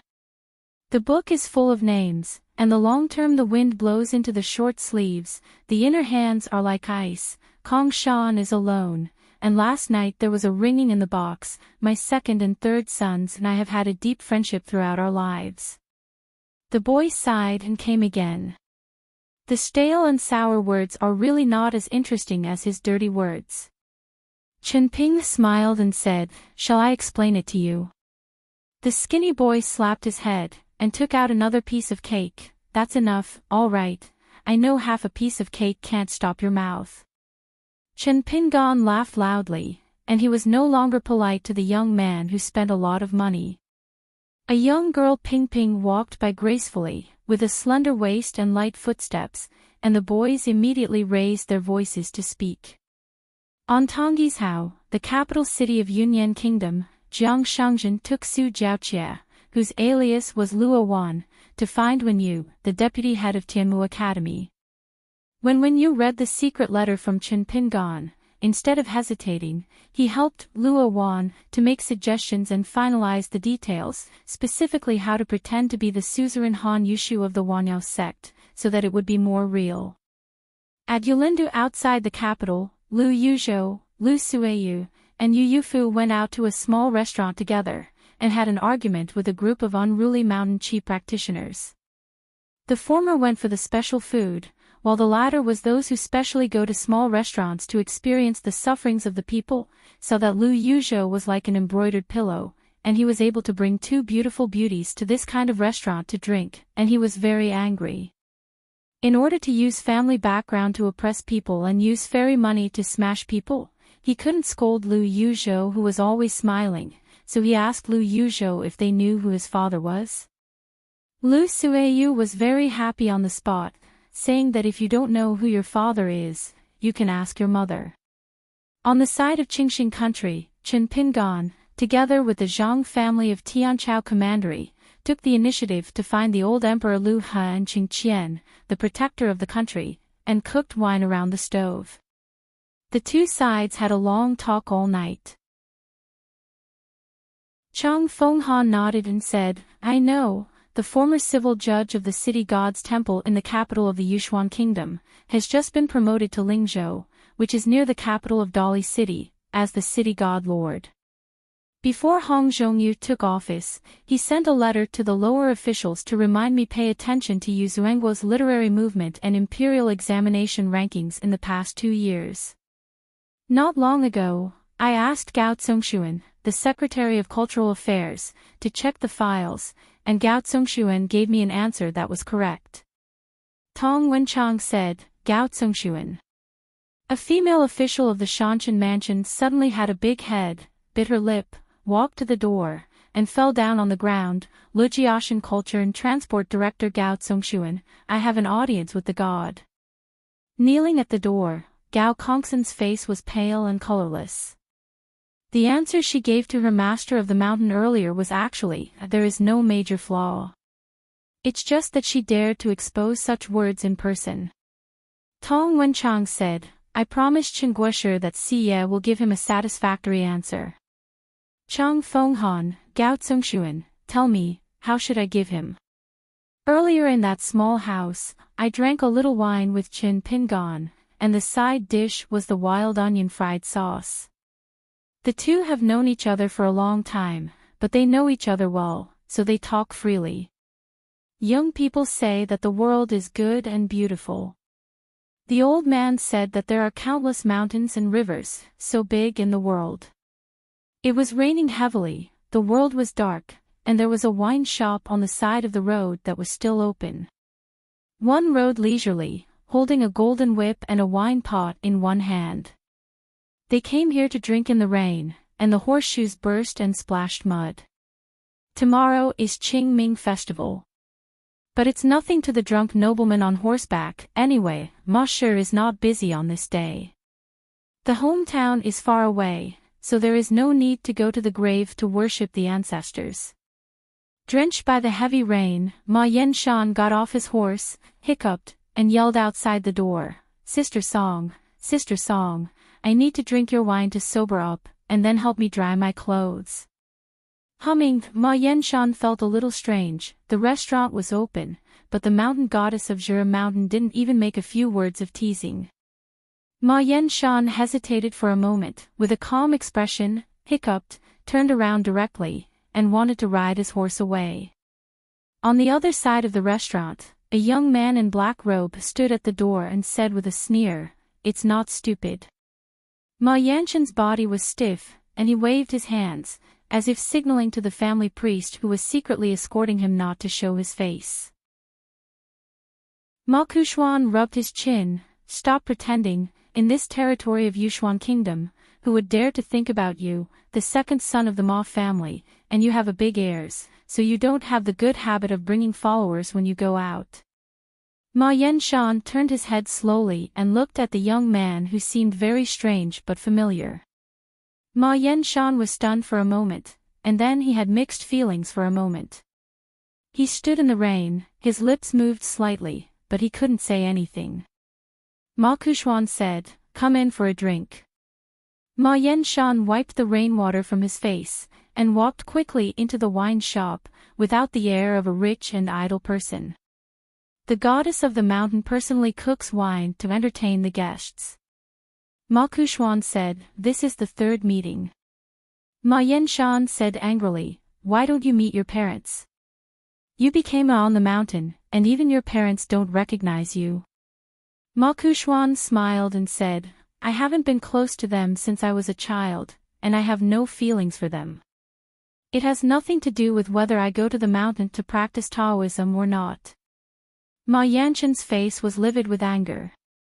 Ma Kushuan said, "Earlier when your family's ancestral hall was discussing, I sat on the beam and listened to this Empress of Ziyushan. It seems that there are not many good things, either stupid or mediocre. You may be the only one. The exception is not stupid, so I am willing to wait here for you to drink, but you have to pay for today's drinks. Ma Yenshan gritted his teeth and said, I will pay the bill, of course I have to pay the bill. The Ma family in Xinghua Lane has today's rich life, and it is not because of you, Ma Kushuan. Ma Kushuan smiled and turned to look at Song Wei. Listen, aren't you a little clever? Song Wei didn't dare speak up, and continued to cook wine with his head bowed. Ma Yenshan raised his head and drank a pot of rice wine brewed by the wine shop. If he couldn't beat the opponent, he insisted on punching him in the face. Ma Kushuan said, Do you know who your enemy is? Ma Yenshan remained silent. Ma Kushuan smiled and said, I'm asking you something. Ma Yenshan nodded, I heard it by accident when I was a child, so I have paid more attention to my hometown these years, so I have the answer. Ma Kushuan said, Haven't you thought about doing something? Ma Yenshan handed over the empty bowl, and the goddess of the mountain took the wine bowl and filled it with rice wine. Ma Yenshan thanked him, but this time he emptied half of the bowl in one breath, and said sadly, I tried it, but it didn't work.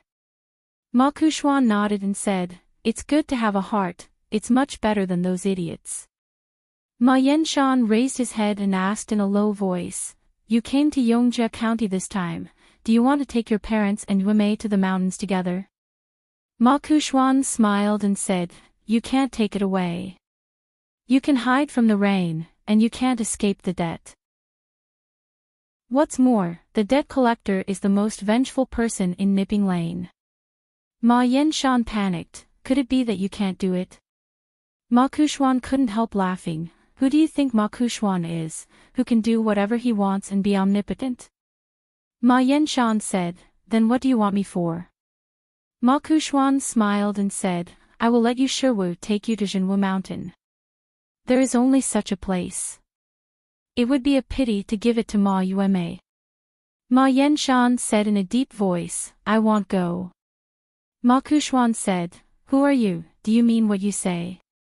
Ma Yenshan still wanted to speak, but suddenly knocked his head on the table and fell asleep. On the other side of the school, 9 talisman lights disappeared in a flash, sinking into the sleeves of the green shirt. The teacher told the 2 apprentices and students that he was going on a long trip. Zhao Shuxia and Ning Ji didn't ask any more questions. Chen Pingan shrunk down, returned to the first floor of the bamboo building, took off the night tour on the wall, put it behind his back, glanced at the couplet, walked out of the house. Chen Pingan went to the top of the mountain, and glanced at the picture on the other side of the town.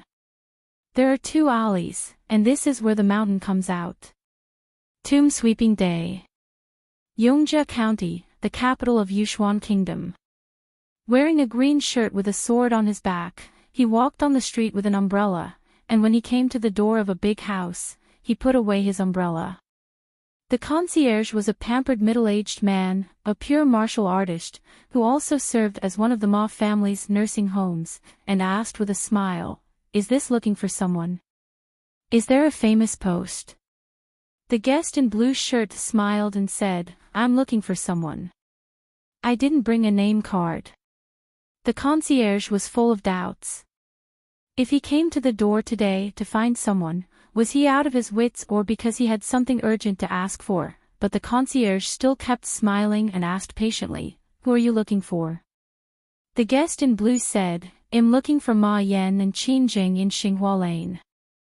The concierge was full of slander. Who do you think you are, dare to look for our head and head housewife? But after all, you are the face of the big family. Let me ask again, excuse me, who are you? The man in green shirt smiled and said, I'm from Huaihuang County, my name is Chen Pingan, I'm the son of Chen Quan and Chen Shu in Nipping Lane. Just let me know. The concierge frowned endlessly, saying what kind of mud bottle alley? Wait. What about Chen Pingan in Huaihuang County, Dalichu Prefecture? The concierge swallowed, and asked cautiously, Which one is Chen Pingan? Chen Ping narrowed his eyes and said, Don't guess, and don't get in the way. Not only do I know what your surname is, what kind of deeds you did in the Jianghu in the early years, and what shady livelihoods you have in Yushuan Kingdom, you probably know better than yourself. To be more clear, even the 18th generation of your ancestors knows. My patience is limited, so I hurry to report. If the good ones don't come, the ones who come are not good. The concierge must have been so fearful that he was so courageous, or maybe he didn't believe that the man in front of him was that person at all, and said with a sneer, "It's really a good time to choose death." Chen Ping smiled and said, "It's easy to say." He stretched out his hand, grabbed the young master of martial arts by the neck, and threw it into the door. Not dead, how can there be such a cheap good thing? Just as he was about to cross the threshold, Chen Pingan withdrew his foot, walked to the gate, smashed the gate with one foot, carried a sword on his back and carried an umbrella, walked into the gate, raised his foot and moved the doorman lying on the ground blocking the way. Open, slide all the way to the bottom of the wall. Wearing a green shirt, he walked straight ahead, and a wall of the fairy family blocking the way split open by itself and shattered into powder. It was raining heavily outside Moss Mansion, but inside the mansion the heavy rain stopped without warning. On the gate of Moss Ancestral Hall, two painted armor door gods are shining brightly, about to appear. Chen Pingan said indifferently, "Go back and be honest." The two door gods seemed to be imprisoned on the paper on the spot. A cheap practitioner came here in a hurry, Yu Feng, and shouted angrily, "Who is here? He doesn't know how to live or die, dare to trespass on this place." I never imagined that it seemed as if the body-holding technique had been performed, and I would just hover in the air like that. The monk was terrified in his heart, his mind turned sharply, and he began to report himself as a teacher. The cultivators on the mountain, after all, want to talk about the love of incense and fire. If they have no grievances or enmity, why should they fight and hurt their peace? In an instant, the monk's eyes blurred, and when he took a closer look, his Tao heart almost collapsed on the spot. He seemed to be in the hall of the ancestors of the master's sect in a trance. Call the rebels to die. Walking along the way, the man in the green shirt didn't even see him making a move. The martial artist fell to the ground by himself, and the Qi trainer seemed to be in a daze. Just like entering the land of no one, Chen Pingan came to the ancestral hall of the Ma family. On the other side of the doorsteps, sat a black-robed young man who was indifferent to family disturbances. Chen Ping smiled and said, "Xinghua Lane bastard, long time no see." Ma Kushuan said in amazement, "I almost don't recognize you, Chen Pingan." Chen Ping shook his sleeves, and two people fell out from inside. One was Ma Yenshan who was unconscious, and the other was Yu Shiwu who was unconscious. Ma Kushuan finally looked dignified. Chen Ping smiled and said, "You haven't activated the formation yet, so why don't you keep it for dinner?" In an instant, the world was covered with white mist, and only Ma Kushuan who was sitting and Chen Pingan who was standing were left. Within a mountain and water prohibition formation, the sky and the earth were vast and boundless, and then the earth trembled like thunder, and there appeared a majestic golden armor god, a total of 108 gods. Chen Pingan, who was as small as a speck of dust, was besieged in it. Ma Kushuan could clearly see the sarcasm on Chen Pingan's face. Ma Kukshuan's heartstrings tensed in an instant. Looking around, he saw that apart from the gods in golden armor, one mountain was higher than the other. There were 4 supreme gods. The fourth of the 5 highest in the ancient heavens, the sword-bearer, the armored one, the water god, and the fire god. Ma Kushuan got up slowly, smiled bitterly and said, "Chen Pingan, you really dare to think about it." Outside this colorful world, Chen Pingan found the old couple in Xinghua Lane, and said with a smile, "I have arranged 40 ways to die for you. If you count the interest, there will be even more. Don't worry, take your time. Fuck the Avengers for nothing." Sword of Coming Chapter 12:11 Chapter 12:11 The old wine in the clay bottle. Chin Pingon stood where he was. An orphan in Nipping Lane, who grew up eating a variety of meals, finally stood here, knowing all the hardships, and hard-won along the way. This courtyard occupies a huge area, worthy of being the old residence of the former Prime Minister, with dense trees, high sunlight, and fine golden light all over the ground, like golden silk embroidery, embellished on the tightly stitched blue brick floor. Paved like this, the bricks and the floor are not even drummed, and the craftsmanship of the craftsman is obviously not bad. This is the place where the owner Ma Yen reads. The French style of 7 rooms wide and 8 rafters deep is probably a warehouse that knows etiquette. The tongue-twisting study room is full of precious books that have never been read since they were bought. There are several priceless Guqin alone, as well as several half-person high Yushanzi and golden building boats. The dignitaries in the capital who drank tea and wine all said they were elegant and elegant. If they show a little bit of dazzle, it will always make the master feel that he is a real scholar. In fact, Ma Yen has always wanted to lay green glazed tiles on the roof, just like those Taoist temples. This kind of extravagant lineup is easy to be envied and hated by others. When the family ancestral hall is full of Jinsher plaques, that is the real scholarly family. One day when the eldest son comes home, he will be happy to see it. Ma Yen thought it was reasonable, so he let his second son Ma Yenshan take part in the imperial examination a few years ago. Sure enough, he passed the examination, which was very embarrassing. The so-called generations of hairpin tassels, right? The well-clothed woman, even though she is nearly 70 years old, still looks like a woman in her 40s. She is indeed the one who wanders among a group of wives all year round. She is obviously calmer than the man beside her. She could still squeeze out a smiling face, and pretended to be close to her. On Qin Jing's fairly fair wrist, she wore a green jade bracelet, and rubbed the corners of her eyes covered with crow's feet, as if she wanted to squeeze out her eyes. Some bitter tears came. Qin Pingon. Is he the son of Master Qin in Nipping Lane? Chen Quan was one of the best porcelain firing masters in our hometown back then. Kiln, if he didn't hide his secrets and brought out a group of good apprentices, I really don't know what to do. They are the pillars of our dragon kiln. I remember that at that time, the kiln workers said that only Yao from Baoshi Kiln Master dared to say that he is slightly better at firing porcelain than Chen Quan. That Mr. Lin from the kiln supervision and construction department has a high vision, and he is willing to eat and drink with Chen Quan often. I can't even envy you. Chen Quan is such a good person. Why is he gone? God is not open. Good people don't get rewarded. It's hard for you. Yes, if I remember correctly, it was my mother-in-law who went to the clay bottle back then. Xiang helped deliver the baby, and you were born. Fortunately, the mother and child are safe, and now you have a lot of promise, a big promise, better than our Kushuan. I believe Chen Quan and Qin Jing's intentions are obvious, to procrastinate as long as he can. This from Nipping Lane, who was lucky to get rich suddenly, came here too fast. That's how he walked to the back house.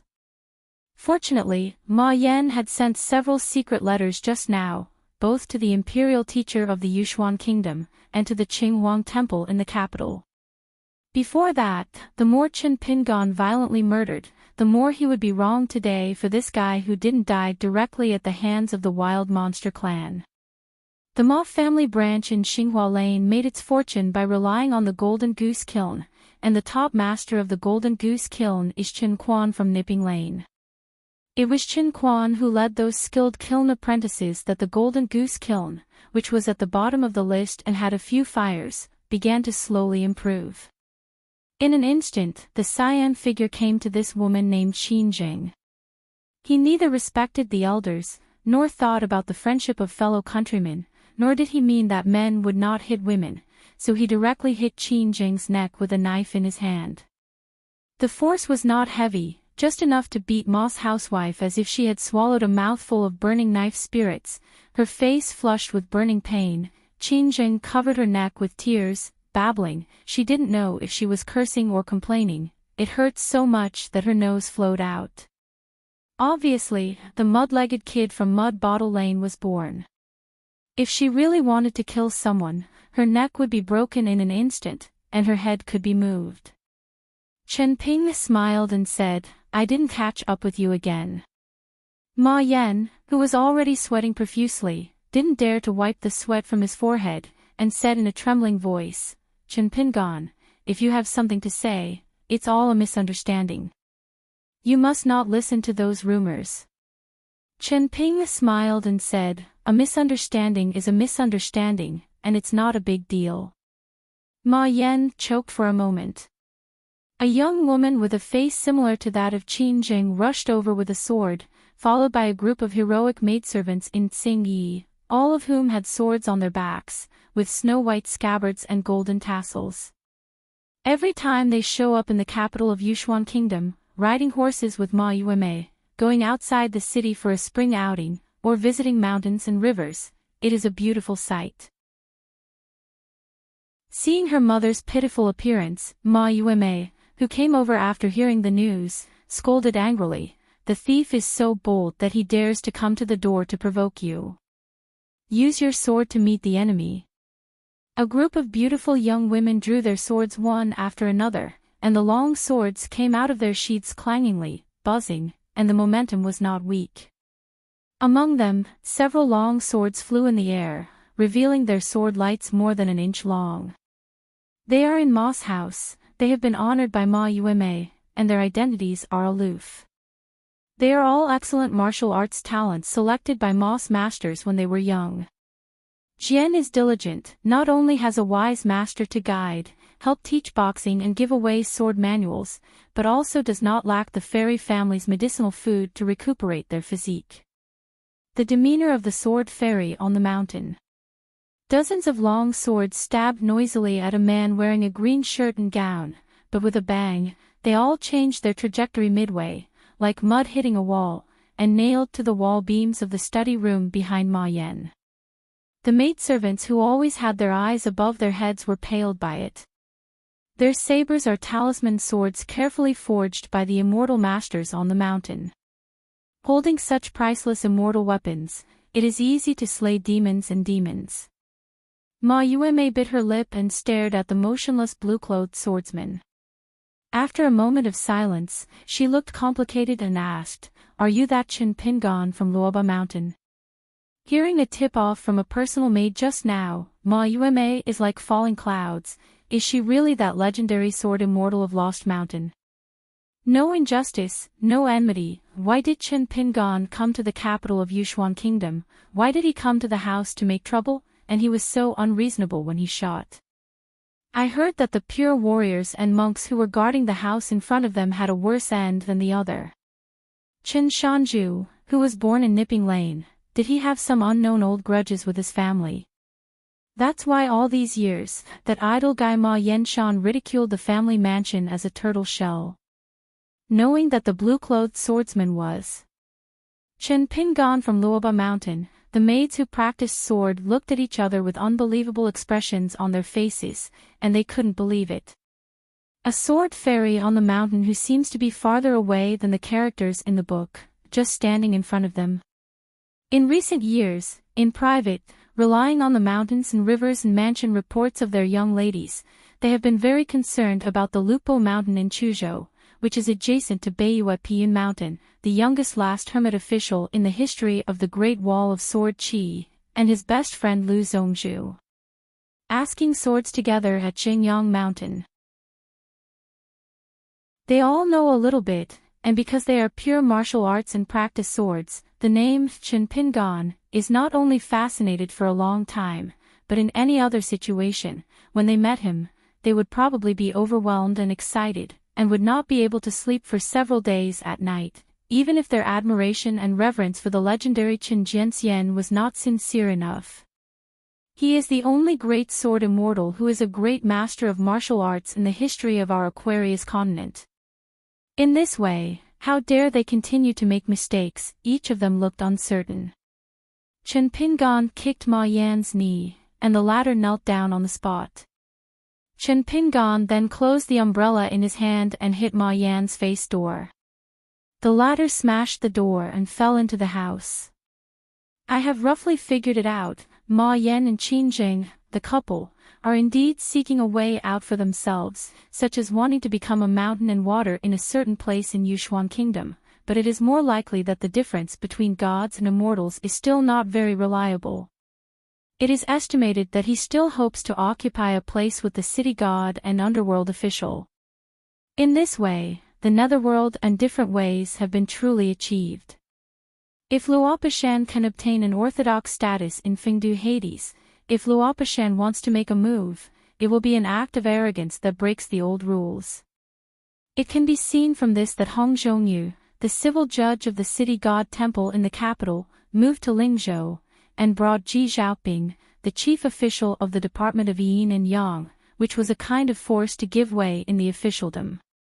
The change, in the final analysis, is to make room for the couple. It is obvious that there must be someone in the Ma family to give advice. Don't worry, it will make your dreams come true. Chen Ping said with a smile, those strange people still haven't shown their faces. Isn't it natural and righteous to use other people's money to eliminate disasters for others? Ma Yuemei swept into the house and helped Ma Yan, whose abdomen hurt like a knife twisting. Chen Ping glanced sideways at Ma Yan, who was sweating profusely in the room. He couldn't bear the pain so much. If he wanted to achieve the golden body of the gods, he could only rely on the secret medicine ointment from Yang's pharmacy. The figure in the green shirt flashed, shrunk to the mountains and rivers, and disappeared from the courtyard out of thin air. In the Ma family's mansion in Yongzhou County, there are 3 earth immortals, 1 yuanying and 2 golden elixirs, enshrined by the family. On the stage and behind the scenes, 2 of them have changed their identities incognito. The old yuanying is an old patriarch who destroyed the immortal mansion in the old Baishuang dynasty in the south of Beipingzu. After the war ended, he did not rush to restore the orthodox tradition of the Mountain Gate. A golden elixir is even more motionless, and the earth immortal is as weak as a vulgar person. Chen Ping spread his 5 fingers, pressed the back of the opponent's head, and said with a smile, I said you are strange people, do you really believe it? The ghost scholar tried his best to open his mouth and said, dare to ask the name of the immortal. Chen Ping took the heavy inkstone from the table, and slapped the back of his head hard. The inkstone turned into powder, and the ghost stared at the ghost. He felt that the assassin had blown out his brains. The ghost scholar, who was almost out of his wits, had no choice but to beg for mercy. The forgives the sin, Chen Pingan asked. Did the Ma and his wife accumulating virtue by tearing down the east wall and repairing the west wall all these years? Did you teach them? Help them refine locust leaves into natal objects, and thus gain some ancestral protection. It's just your method to tamper with the merit book of the Qinghuang Temple? It's very clever, not bad. The ghost scholar was astonished. Chen Pingan turned his head and sneered, want to run? An oil paper umbrella is as fast as a flying sword, and it walks through the corridor, bringing up a stream of fireflies, and directly pokes the old fairy in the nascent soul realm who has been secretly using the palm-watching method, and nails it to the wall. The nascent soul realm monk with the appearance of an old woman is the housewife Qin Jing's own person, who has been in charge of Ma Shi's back house maid and handyman all these years. Just because of the scene on the other side of the courtyard, surrounded by clouds and mists, and the strict confinement, the old woman couldn't see the scene inside, which made her extremely horrified. Could it be that she was in the upper 5 realms? It's just that she was about to perform the technique of shrinking the ground to inches, as if the opponent was waiting for this moment, and in an instant, an ordinary oil paper umbrella pierced her chest like a long sword, and the huge momentum made her slip all the way out. Her back hit the wall. The heart-piercing pain made the old woman go crazy and wailed. She was about to pull the oil paper umbrella out of her chest with both hands, but just as her fingers touched the oil paper umbrella, she suffered again. A heart-wrenching pain, the old woman knocked her head back heavily.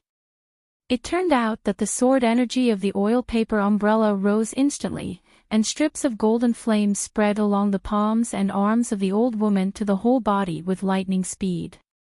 Come on, not only that, those flames flowing like water veins, without hurting the skin, muscles, and bones, they also slowly penetrated into the soul of the old woman.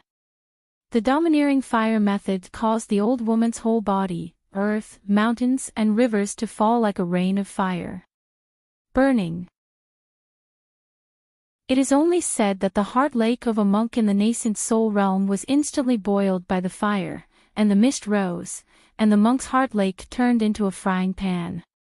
Chen Ping let go of his fingers, straightened up, and moved to meet the old woman who was most likely the mastermind of the Ma family. The ghost scholar lay down on the table, and after waiting for a while, the immortal seemed to have gone elsewhere. As Shan Zaixiu, he always acted like a dead Taoist but not a poor Taoist. It is not suitable to stay here for a long time. He must leave quickly. He hurriedly sat up, but he wanted to cry all of a sudden, as if mourning his concubine. He said in a trembling voice, "Longhu Mountain Thunder Bureau." It turned out that the Shangxian left a thunder formation in the house. In a daze, this golden core ghost seemed to have come to an ancient execution platform. The world was vast and blank. The next moment, there was a loud thunder, and suddenly the sky and the earth were far away, and the snow-white curtain was torn apart by a black lightning, followed by dozens of hundreds of lightning, followed by a golden palm as big as a mountain, like opening a door, pulling open a door from the realm of endless void, slowly revealing the whole picture. The majestic in golden armor holding an iron whip stepped out step by step. The golden body was entwined with colorful lightning. Every time after taking a step, the ground trembled endlessly, and the head of the slowly approached the execution platform, overlooking the limp ant ghost on the ground. The indifferent golden eyes of the gods are like two golden suns hanging in the sky. For ghosts in the world, is there anything more frightening than this?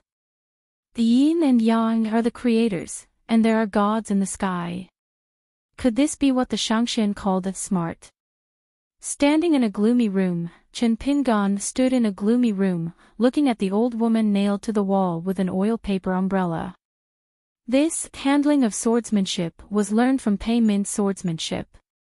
It takes a lot of practice. Practice makes perfect, so that you can pay back Pei Min in the future. Chen Ping smiled and said, "I won't die for a while." As expected of the old fairy Yuanying, I can carry it for a while depending on the posture. Then we will talk later. I have to go to meet the old master Shen for a while. The old woman whose soul was cut into pieces whimpered, "Forgive me, forgive me." Chen Pingan said, "What's the point of this? It's just a cold dish, and the hard dishes are still to come." Without waiting for the old woman to say anything, Chen Ping returned to the courtyard. A vigorous figure flies over the eaves and walks like a stroll in a garden, and finally stands on the wall. The old man is tall and straight, with clean eyes, a long knife on his waist, and a long cloth bag in his hand, with an imposing manner. Shinkut smiled and said, "Since we are martial artists of the same generation, why bother to fight with words, just see kung fu in fist." Chen Pingan nodded and said, "It's really not easy to find a good person here." Shinku untied the knot at one end of the long cloth bag, then lifted it horizontally, and stretched out his hand to wipe it, revealing the weapon inside, which turned out to be an ancient bronze sword with an exaggerated length. Shinku said slowly, "Young man, you are so brave, you really dare to break into any dragon's den or tiger's den. If you don't spare your life, you won't live long." Chen Pingan glanced at the long sword and said, "It's a good thing, it's not common. You are so young, so murderous." The old man held the sword in both hands, twisted his wrists, and shook the sword flower. "Unknown ghosts are not killed under the sword. Tell me, what is the name, whether there is a teacher? If there is, I will take your neck and put your head on it later." Go to your teacher's door to give gifts. The vendettas in the rivers and lakes are no better than the fighting skills of chief practitioners on the mountain. The Yushuan Kingdom Court has always been more relaxed in its management. My name is Chen Pingan, and am not too young for my age. The blue-clothed swordsman smiled and said, if you can take my head to Luopa Mountain and follow Na House's example of beheading Nanguangguang, killing people and leaving my head at the mountain gate, that's your skill.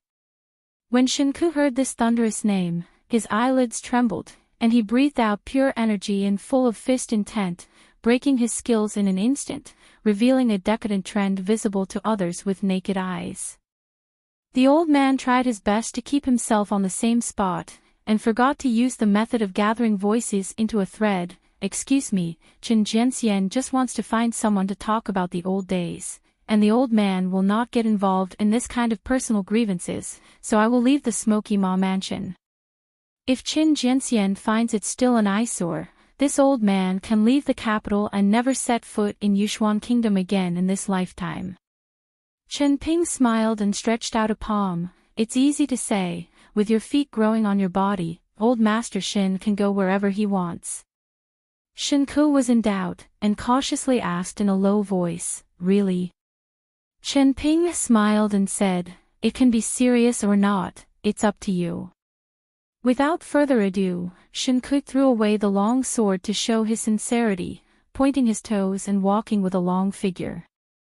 When the old man was on the roof all the way, whether he left the Ma mansion or the street, all the way to the bustling city, the sun was shining, and the spring was warm.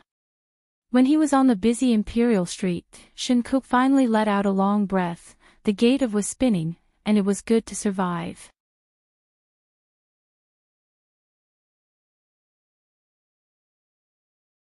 It stands to reason that with her state and family education, she should not be afraid of this kind of formation that belongs to the fantasy world, but the problem is that she doesn't feel that this place is a formation, but some kind of real formation. Mysterious situation. Rationality and deduction told her that this was a formation, while sensibility and intuition told her that it was an illusion. She held her breath and concentrated, not daring to breathe casually here, lit up the secret talisman used to quantify the time scale, flicked her sleeves, and threw a magic spell into the open space in the distance, and the dust was flying all of a sudden. She frowned slightly. This way, except for the abundance of aura, the world seems to be the same. Yu Qing squatted down, picked up some soil, and finally ground it into powder. She looked intently, and found that the soil was real, which made Yu Qing feel like falling clouds. Means of the month. And according to some family secret records, some monks on the top of the mountain can carry the cave with them.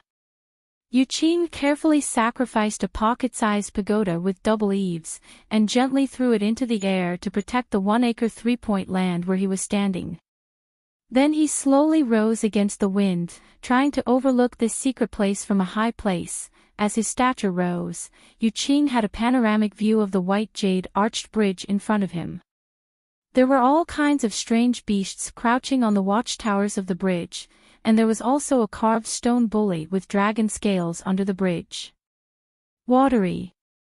Yu Qing finally found a big living person, a young woman in emerald green feathers, not in the mountains, but walking along the green water with no end in sight, walking by the water. Her steps were not fast. Yu Qing hesitated after a while. She still went to the Tsueyu woman to ride the wind, and landed on the other side of the river. The woman clearly saw Yu Qing, but she just raised her eyelids and continued to walk slowly by the river. Yu Qing soon realized that I can see the clues. Every time this young and strange woman takes a step, some subtle scenes around her that are imperceptible at first glance will change from line drawing to painting. The snow-white carp jumping out of the water in the river turned into a gorgeous golden color. Is she here, to check for omissions and fill in the gaps, to add color to the picture scroll of heaven and earth? Yu Qing lowered her head and looked at the talisman in her hand. Sure enough, the real time passed by about a flick of a finger, but nearly a quarter of an hour had passed since she counted Yu Qing silently in her heart, which made Yu Qing feel more and more heavy. When she got up, the woman on the other side turned her head. She had a beautiful face that was still white and tender, but there was a dead silence in her eyes. When she stared blankly at the incomparably fresh Yu Qing, the expression on the woman's face was extremely complicated. Ridicule, pity, envy, hatred. Yu Qing endured the strangeness in his heart and asked, "Dare to ask your friend's name?" The woman said hoarsely, "You can call me Su Jiaoqie. The real name of the monster race is Shao Xing. I come from the wilderness. One mind is trapped here, and there are already 12,000 fingers." Yu Qing was puzzled. According to the other party's count, it was only 12 hours a day and night.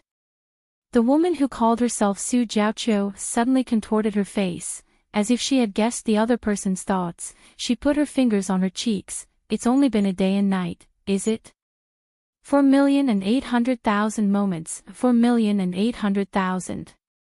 She put away her mad look in an instant, pointed to the talisman in Yu Qing's hand, covered her mouth with a happy expression immersed in great joy, and a low, piercing laughter came out from between her fingers. "It's better to be alone than to be happy with others. Now that you are with me, it's not so difficult. Have you noticed that the speed of time is getting slower and slower, but your thoughts are getting faster and faster? Here, you and I are both insomniacs, so pitiful." In the small world full of ancient gods, Ma Kuxuan said, "It seems that Yu Shiwu was wrong. You are not a nascent soul realm with a 80% possibility, you are a jade roll realm. When did it happen? Right here. How many days?" Ma Kuxuan used the talisman to cooperate with the technique of inviting the gods to come to the truth, and the more than 100 ancient golden armored gods from the Thunder Department seemed to be overwhelmed by the mighty way of heaven. Just being swept by the phantom of the sword-wielding swordman, the sword light was shining brightly, as if splitting the sky and the earth. Half of the golden armored was cut off on the spot, and the golden body suddenly shattered, turning into countless golden lights. The god of Vulcan raised his hand. The heaven and the earth were like a furnace, the flames melted, and he didn't know the yin and yang charcoal, so why burn it alone? In the blink of an eye, the world is clear. Ma Kuxuan didn't care about this. Chen Pingan regretted, "It's a pity that these golden body fragments are fake.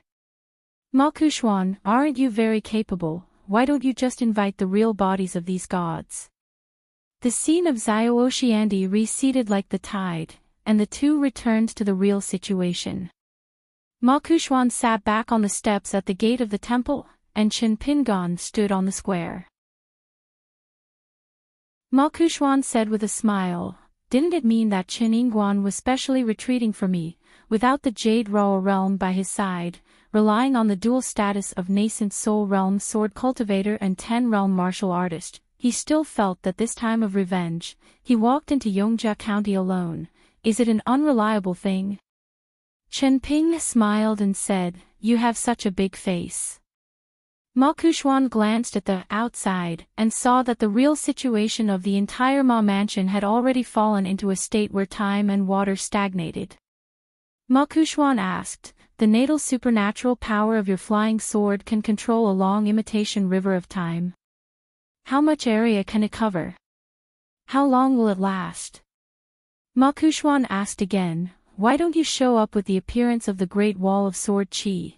Because you think it's too ugly to see people?" Ma Kuxuan asked again, "You know that I am not particularly concerned about the survival of the Ma family, so I am not curious why I still choose to appear here." In fact, Ma Kuxuan doesn't like to chat with people, but this fellow from the same age in front of him is the only exception. Ma Kuxuan sighed, "Why are you starting to be dumb again?" Ma Kuxuan stood up, "Then play with you." Chen Pingan finally smiled and said, "Then play with you, anyway, more than once." Ma Kuxuan twitched the corners of his mouth. "I lost twice to Chao Ci, and then I lost 3 times to Chao Ci. Chen Pingan, don't think that now that you have a few more identities, you can get back the game." Chen Pingan asked suspiciously, "You want sneak into the fairyland, right?" Ma Kuxuan suddenly said, "You have guessed all of this. Lord Yingguan's mind is really bright, no wonder he can sit in the summer palace." Chen Pingan was silent. Ma Kuxuan smiled and said, "Is this why the praying mantis catches the cicada and the oriole follows?" Chen Pingan seemed to want to show a panicked face, but suddenly smiled. "I won't pretend, I won't act, I lied to you twice, am already very sorry." Ma Kuxuan stretched his waist and walked down the steps. Chen Pingan said, "By the way, what a coincidence, my natal flying sword is called the bird in the cage." While speaking, Chen Pingan had a bright red robe on his body. In the courtyard, Ma Yan and Qin Zheng in the green shirt had everything to say, especially Ma Yan, who claimed that even if he was misunderstood by Chen Shanzhu, since he couldn't argue, he was willing to use his own life in exchange for Chen Quan's life.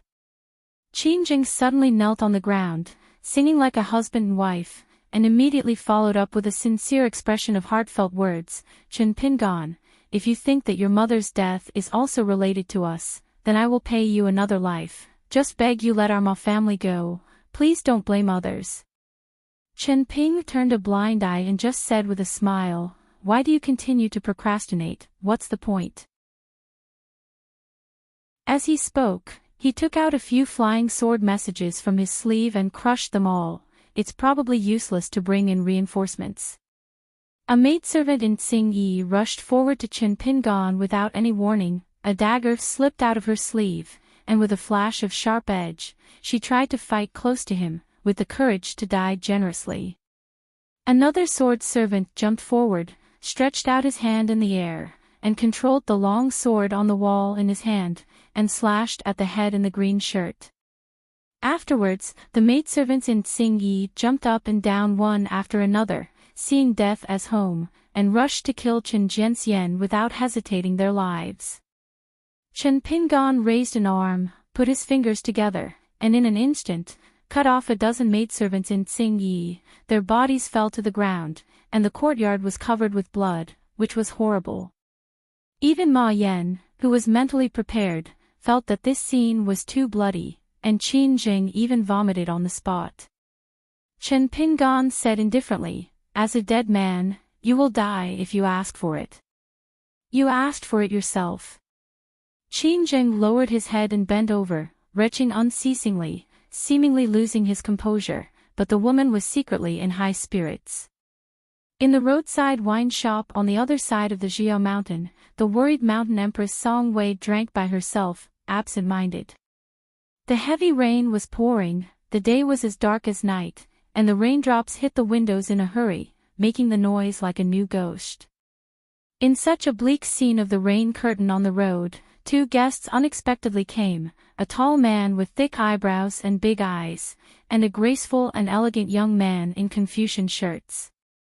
After taking off the bamboo hat, Song Wei glanced at the road outside the house, and saw the young man with the appearance and demeanor of a banished fairy, holding a very handsome white horse, for feet in the wind and rain.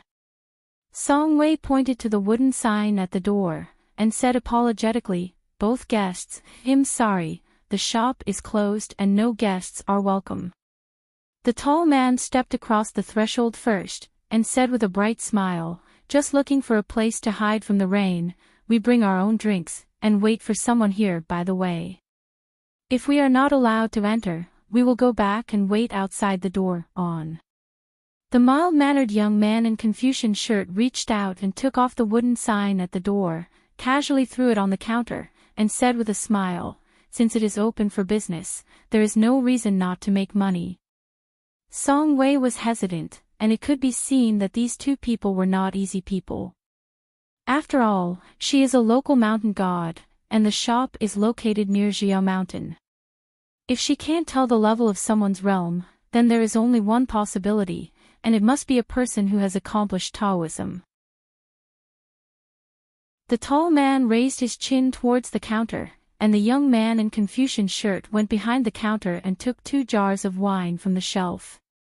Song Wei was an eye-opener. "Is this what you call your own drinks?" Immediately afterwards, a graceful young woman walked in, wearing a wooden hairpin with cloud pattern on her hair, wearing a cotton dress, and stepped on a pair of embroidered shoes. She came out of the torrential rain, but the embroidered shoes on her feet were spotless. She and the Mountain Empress introduced themselves with a smile. "My name is Gu Lingyan, and I am my young master's liaison girl."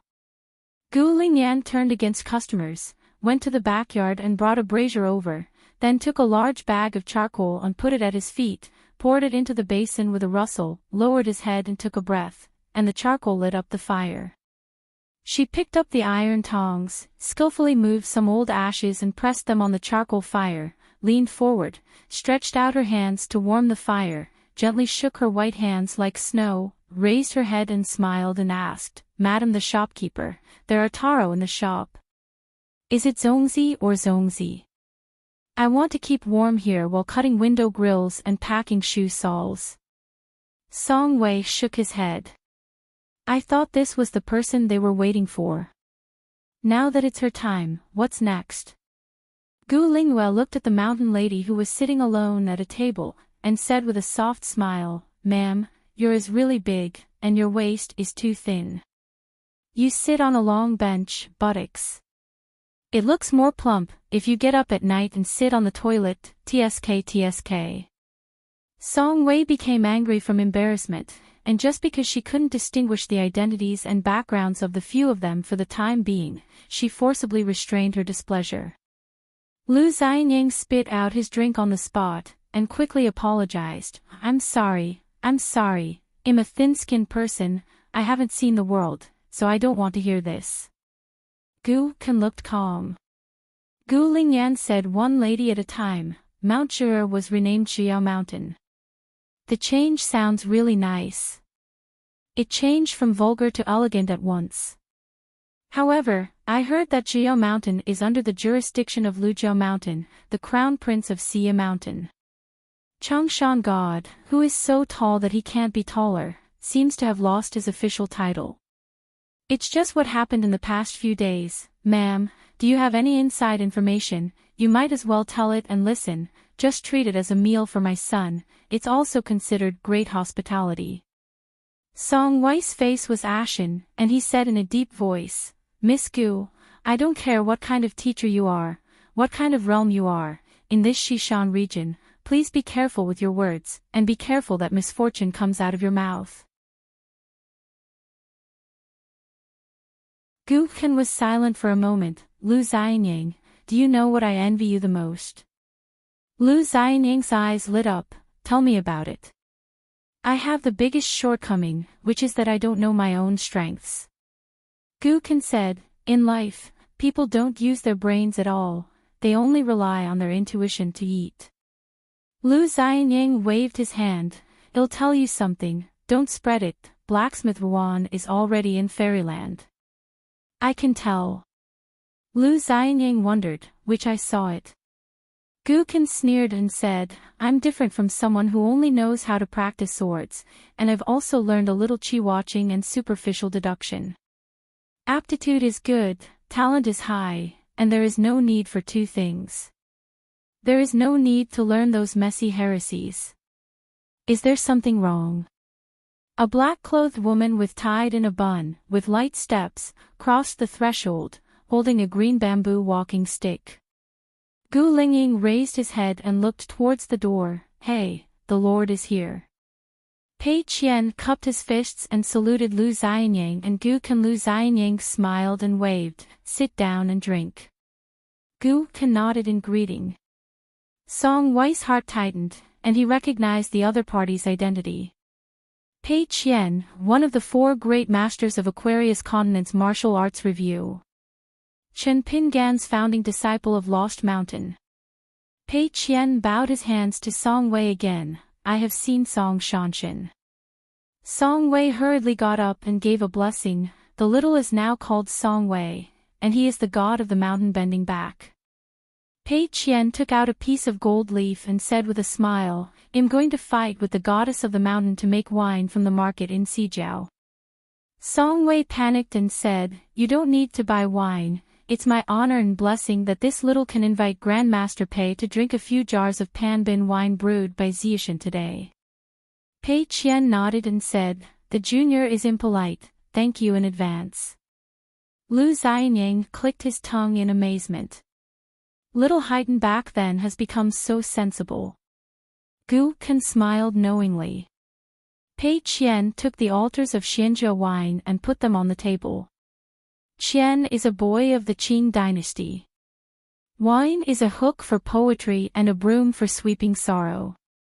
When you go out and spend money to drink, you don't need to ask the price, just wandering the rivers and lakes. Gu Lingying frowned and said with a smile, Miss Pei, let's say goodbye at the ferry. I never thought we would meet again so soon. It's really fate. Pei Qian smiled and said, if we meet again on the battlefield of Beipingzu, we will be more destined. In the courtyard, Ma Yan, the head of the family, began to scold Chen Pingan for killing innocent people indiscriminately, ashamed of his status as a disciple of a saint. Chen Ping smiled and said, so what can I do? Today's massacre of the Ma family in Yongzhou County is unknown. Ma Yan shouted angrily, Chen Pingan, you are simply insane. Do you know why I often go to your Xinghua Lane, squatting on the side of the road? Why did you see that stall selling candied haws? The old master Shinku, who thought he was out of danger, suddenly turned his head when he was about to leave the capital of Yushuan Kingdom. On the bustling street behind him, everyone smiled and looked at him in unison. This made Shinku, who was used to seeing the world, a chill down his spine for a moment. The sun was shining brightly, and it was like seeing a ghost during the day. Thousands of people are the same, men, women, old and young, different identities, different figures, different attires, but they all have the same face. The old man, who was hiding his identity on credit, saw a stall appear out of thin air in Xinghua Lane. There was a middle-aged man selling candied haws. The middle-aged man and the old man looked at each other, and said with a smile, you have poor eyesight, you don't know that there are gods 3 feet above your head, you don't know the blue sky is high, the yellow earth is thick, but the moon is cold and the sun is warm, to fry people's life. In the ruins of the immortal mansion, Yu Qing, who had lost his Tao heart, left the riverside in a daze, and climbed up the stairs along the mountain road. Sitting on the steps is a young Taoist priest wearing a lotus crown, with an ever-changing face, using different voices, repeating a sentence, among the dust in the world, I would rather love or hate. At the same time, both sides of the mountain road are covered with hanging ghosts, densely packed, tens of thousands, spreading all the way to the top of the mountain. The death patterns were exactly the same, they were all pierced through the temple by a long sword and hung in the air. The old woman was being burned at the stake.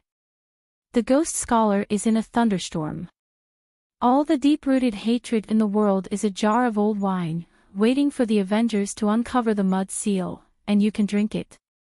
The real Chen Pingan actually stayed in the Moss Ancestral Hall from the beginning to the end, moved a chair with his back to the gate, with a horizontal sword on his knees, holding a Yangjin gourd, and sipping wine.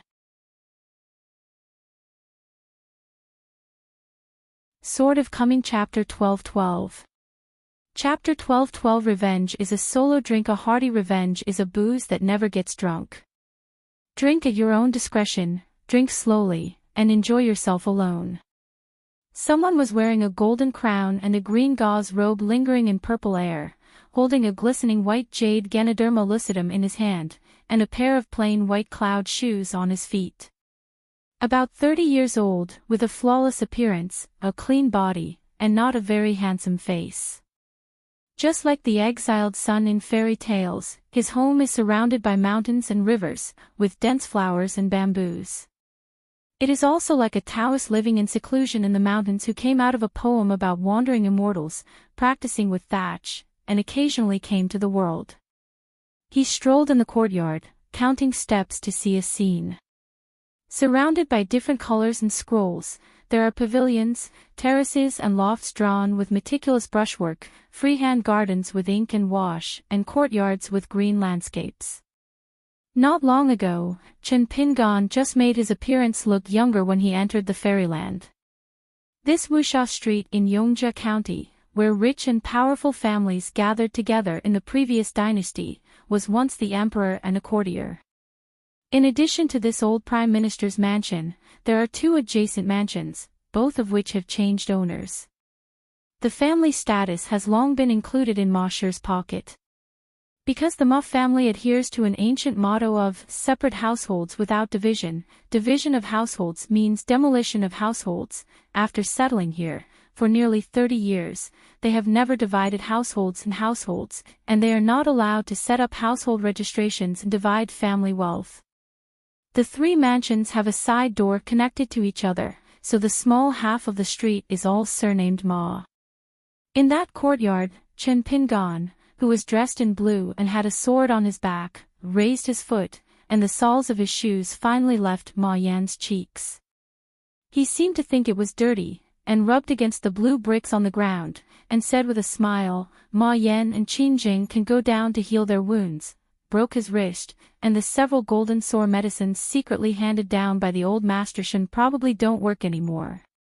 The several rare panacea in the shaped cabinet in the warehouse of Ma's secret room, together with the plaster from the Yang's medicine shop, may be sent if you need it. Remember to use it sparingly.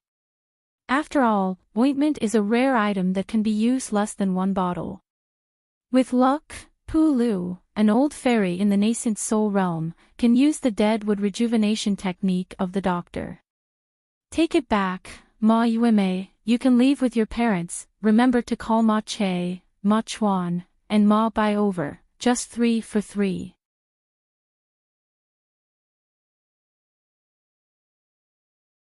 At the same time, the sword attendant wearing the white-horned crown returned to her original appearance again. She stretched out her fingers subconsciously in a trance, and rubbed the eyebrows that should have been pierced by a pine needle. In such a short period of time, she died twice, which made her murderous aura suddenly diminished, but she still forced a breath of pure true energy, deliberately making herself look murderous, and said in a deep voice, "Is this what Chen Jianxian is capable of? To kill or cut is nothing more than a nod, not to mention flying swords repeatedly killing people.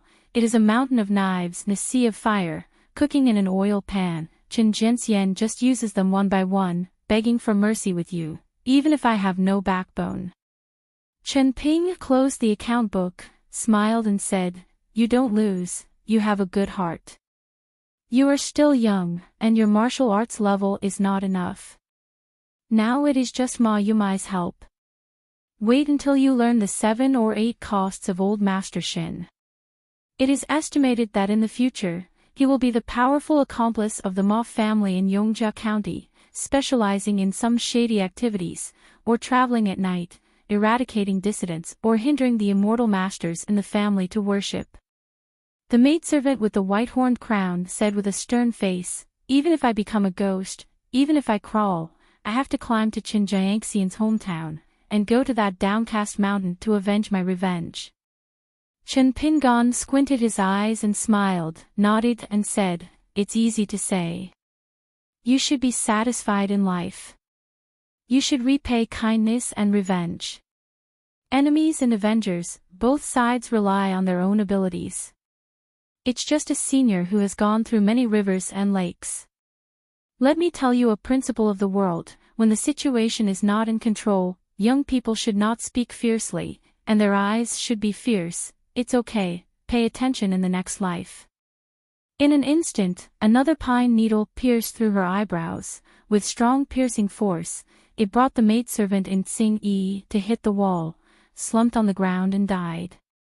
The maidservant in Tsing Yi raised her head. The world was dark, the wind was blowing, and it was biting cold. She looked around in a daze, and it was an extremely strange scene, lonely and lifeless. Is he really dead this time? Already in Huangquan Road? Will there be the so-called ghost gate in the book next, Mingpa Bridge? She was standing in the middle of a muddy road after a heavy rain. At this moment, she turned her head and saw a poor old woman riding a fine horse. The saddle and bridle were extraordinarily gorgeous. It is carefully raised by a wealthy family, and ordinary people must never own such a thing that is not easy to come by. Seeing the maidservant in green clothes on the road, the old woman hastily tightened the reins and stopped the horse beside her. With kind eyes, the old woman leaned into her body slightly and asked in a low voice, "Where does the girl want to go?" The maidservant in Tsing-yi, who was given the surname Ma and the name Wen Chun, asked in a trembling voice, "Old lady, do you dare to ask that this place is on the road to the underworld?" The old woman became more gentle when she heard the words, and said with a smile, "The girl went back to her mother's house to visit her relatives, and she was separated from her relatives. Could it be that she was wet by the heavy rain and became dizzy, so she uttered such nonsense? Girl, the rain will stop, the road is rough and difficult to travel, the mountains and forests here have been plagued by tigers since ancient times, it is not suitable for a girl to travel alone, it is better to follow me to the humble house for a rest, and go early the next day, so you have to take it easy." Pretending to be a ghost. "I want to see if you are a ghost, so you dare to play tricks here." The maidservant in Tsing-yi twitched the corners of her mouth, tapped her toes, and moved a stone on the road. The stone pierced through the air, whistling like a wind, and flew towards the heart of the old woman sitting on the horseback. In the mud, breathless, the maidservant in Tsing-yi lowered her head and looked intently. After some hesitation, she moved slowly, twisted her wrist, slipped out a dagger from her sleeve, and held it in her palm. The weak old woman who was killed in a single blow suddenly opened her eyes, blood was flowing from her heart, but she got up slowly, wiped her dress, it became more and more dirty, sighed, had to give up, and said hoarsely, "Little girl, let me advise you with good intentions, why are you not afraid of killing innocent people by mistake? Even if you suspect that I belong to ghosts and gods, you should stay away from it." The old woman looked down at the empty wound, didn't care, just continued to babble about the old man. "Little girl, listen to a word of persuasion, the heart is Futian, if a person's heart is broken, weeds will be broken 1 year's harvest, if there is no harvest for 1 year, you have to pay someone on credit, and you have to pay interest on the credit, so debts add to debts, hardships add to hardships, and the cycle repeats. When will it be the end?" The maidservant in Tsing-yi couldn't listen to these annoying nonsense, so she kicked the old lady's whole head away. The old woman's head was rolling in the mud, and she repeatedly murmured, "It's wrong again." The next moment, the maidservant in Tsing-yi found herself standing in the middle of the road again, and a horse was approaching slowly in the distance. The old woman stopped the horse again, with a gentle face, and asked in a low voice, "Where does the girl want to go?"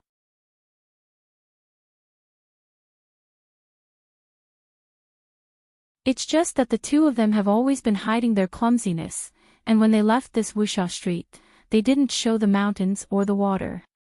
The last young man who came to the courtyard had a completely different demeanor and appearance from Ma Chuan and his brothers. His face was like a crown of jade, facing the wind like a jade tree, and the young man looked solemn. Chen Pingan smiled and said, "He is a master without joy or worry." It is indeed the place where the Ma family's cultural movement in Yongjia County is concentrated, and he is also a man appointed by fate in the Green Sarong. He has a bright future. It's just that the young man doesn't know the reason why he is full of blood and has a knife on his forehead. Chen Ping stood up, took the pamphlet and patted the long coat casually, walked down the steps, stepped out, and came between Ma Chuan and Ma Bai. Wearing a green shirt and long coat, he was already standing behind the two brothers, reached out and grabbed the tops of their heads, and twisted them lightly. The two heads clicked almost simultaneously, and the two heads were turned directly from the front to face after walking behind. The two brothers who died in an instant just stared at the handsome young man at the gate of the courtyard, Ma Che. The handsome young man who was supposed to be calm and relaxed suddenly wet his crotch. A smell of urine began to waft from the gate of the courtyard. Mache only saw the blue-clothed swordsman who turned his head and looked at him with a smile, let go of his fingers, and the two dead men with broken necks drooped their heads limply. The man in the blue shirt turned his two heads around with a smile on his face, so that the backs of the two brothers' heads were facing the dumbfounded Mache at the gate of the courtyard again. You are Mache, you are very courageous, you have to think about it later. Do you want to be an official in the Temple of Yushuan Kingdom? National teacher, minister of the Ministry of Rights? Or do you want to be a son-in-law first? I heard that your son-in-law in Yushuan Kingdom can be an official. His Majesty's favorite Princess Yuqing went to Jiqing the year before last. Watching the burning of incense coincided with an elegant gathering of celebrities. Ma Che, who was the youngest and most eloquent, fell in love at first sight, but it was a pity. Woman. After all, he was a young man who only read sage books, and Ma Che was already pale and sweating.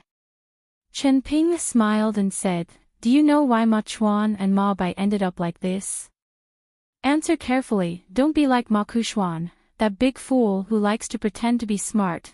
If you answer wrong, I will slow down your head. Turn around slowly." Machi's body trembled uncontrollably, and the boy said with an unconcealable cry, because they often call friends and go to other countries to participate in a kind of hunting game, they like to pretend to be horse thieves and bandits, run amok and do evil, go to many times, many people were killed, the specific number, I don't know, I really don't know. Chen Pingon asked with a smile, how do you, a scholar who doesn't hear anything outside the window, know about this kind of secret? Mache didn't dare to hide, he poured beans into the bamboo tube and said, Ma Bis' intentions are sinister, and he wanted to drag me into the water, but I refused. Chen Pingon said, there is a lack of righteous speech, you have to change it to say, I just refused it. Ha! Marcher could only chatter his teeth, and repeat it obediently. The young man complained incessantly, why hasn't anyone rushed to this place to immediately take down this killing and bring him to justice? Hasn't our Ma family been in contact with each other in recent years, and has a relationship with the Taoist immortal master on the mountain? Chen Pingon asked, have you ever killed anyone? Marcher shook his head vigorously. Chen Pingon asked again, does the young man want to kill someone? Marcher still shook his head. Chen Pingon asked with a smile, do the reading seeds dare to kill people? Marcher still shook his head. Chen Pingon smiled and said, as a sage and gentleman of Guanhu Academy in the future, do you think Ma Chuan and Ma Bai should die? Ma Che said without hesitation, they have done a lot of evil, they deserve to die. It's dead anyway. Unexpectedly, at this moment, the necks of the two corpses creaked, and the two brothers seemed to have been cast a hold spell, so they could only stand where they were, but they turned to look at Mache with livid faces, their eyes full of hostility, as if to be willing to strip Mache raw. Mache, find a handy weapon, kill them, knock off their heads, you can use bricks, you can use the inkstone in the house, maybe it is better to use strings, it is relatively easy to cut off the skin on the neck, otherwise, use bricks, and some will be ground. It doesn't matter what method you use to get their heads off, Marcher, as long as you do this, you can leave this place alive, but I will only give you an incense stick of time, don't wait until the time passes, when the time comes, it will become them to peel your skin. They are martial arts practitioners. Of course, if you don't think about the brotherhood of the same clan, they may be merciful and merciless. If Feng Shui takes turns, it will be your turn to take the upper hand again, so you can bet on it. Marcher froze on the spot. Chen Ping smiled and said, an inch of time is an inch of gold, you scholars must pay attention to it. Or are you willing to bet that Ma Chuan and Ma Bai are as timid as you, not daring to peel off a living person's skin? Ma Che didn't dare to look at those two pairs of bloodshot eyes full of resentment. The boy lowered his head and staggered towards the place where the patriarch was studying. He went up the steps and crossed the threshold. Soon, after entering the house, his eyes wandered, and Ma Chi's thoughts changed sharply. After a search, he quickly found a few weapons at hand, and wanted to use a heavy inkstone to break the necks and bones of the two brothers. A vase placed on the flower table was dropped, and the boy had to cut off the flesh of the neck with broken porcelain pieces to complete the agreement, beheaded them, and cut off the first level. Ma Chi held the inkstone in one hand and the fragment of the vase in the other, but when he ran down the steps, he saw those maidservants in green clothes with strange expressions on their faces. This made Marcher suddenly lose all energy, and stood at the bottom of the steps blankly, with cold hands and feet. The blue-clothed swordsman passed him by, and said with a smile, "I hate them as an eyesore, and am afraid they will chew their tongues afterwards. It's easy to handle, why don't you kill them first? It doesn't count as an incense burner." Ma Chi seems to be in a battle between heaven and man. A short maidservant holding a sword is as cold as ice. She takes a step forward and shakes a sword flower, as if reminding this young man who was said by Yuxuan Guoshilin to be a descendant of Wen Xing, "You Marcher, try it?" Ma Chi was taken aback, and he didn't dare to have the idea of killing people to silence him anymore. He ran straight to the two brothers Ma Chuan and Ma Bai, holding the priceless inkstone in his hand. The inkstone inscription engraved on it seemed to be shaking accordingly. The two fellow sufferers with bruised necks, unable to speak or move their limbs, could only stare at this helpless young man with murderous eyes. Ma Chi burst into tears all at once, and murmured, "I can't do it, I can't do it. Don't force me again." Chen Pingon sat back on the steps, gripped the pine needle hand, lightly clenched his fist, beat his chest, and said with a smile, "Brothers are killing each other, it's shocking, it's heartbreaking." Visions abounded, and the maid Chiu Yun stretched out her arms and grabbed at the study room, controlling a long sword nailed into the wall in her hand. She was as light as a dragonfly on water, and suddenly came behind Ma Chi, stabbing straight out with the sword. Stabbed the young man to the core. Ma Chi looked down blankly, half of the long sword protruding from his chest. The slightly curved tip of the sword did not have any trace of blood. The temple of the head of the maidservant Chiu Yun and Xing Yi seemed to be hit, and her head swayed a bit. This woman, who seemed to die in love for the man she liked, fell dead on the spot. Before her delicate body fell to the ground, she took a deep look at her lover. Chen Ping swiped his fingers together, pierced through Ma Chi's long sword, turned back, and nailed it into the wall of the study again. The long golden spike of the sword fell meekly towards the ground. Ma Chi seemed to be completely aroused by this sword. His anger and hatred were completely aroused. After he found that he had been hit by a sword but felt no pain, he didn't bother to investigate the reason. Dragging away from there, he threw Ma Chuan to the ground, looked at the latter's face with the lowly maidservant, raised high the heavy inkstone inscribed with ancient sages' words in his hand, and smashed it heavily on Ma Chuan's neck. Again and again, and soon smashed the latter's bones into pieces. The crazy young man looked grim, and began to grind away Ma Chuan's flesh and skin with the porcelain in his hand. In the past, sword immortals killed people, whether it was sword energy or pine needles used as pocket-flying swords. It was too fast. The horrific scene in front of him is a veritable blunt knife cutting flesh. Ma Bai watched all this, his heart felt like a knife, and his liver and gallbladder were about to split. He has always felt that killing people is the most pleasant thing, and he is afraid of death, and even more afraid of this way of death. Crazy, like everyone else is crazy. The young man whose body was spattered with blood stood up and walked step by step towards Ma Bai, who was standing there with his arms waiting to die. In the courtyard, some blue-clothed maidservants almost vomited all the bitter bile water, raised their heads one after another, and looked tremblingly at the green-clothed sword fairy who had a focused but indifferent expression on the other side of the steps. At the roadside wine shop in Jia Mountain, after Pei Qian sat down, he asked directly, "Why did you call me here this time?" It's better to be busy with business first and then talk about the old days. Lu Xianyang has always had the virtue of sitting without sitting. He stepped on the bench with one foot, shook the bowl, and said with a smile, "It's Gu Kan's intention to call you over to help out. If it's just according to my idea, why is there such a need to mobilize the crowd? Otherwise, it would be too embarrassing to the Ma family in Yongjia County, and they don't have a ascendant to sit in the house.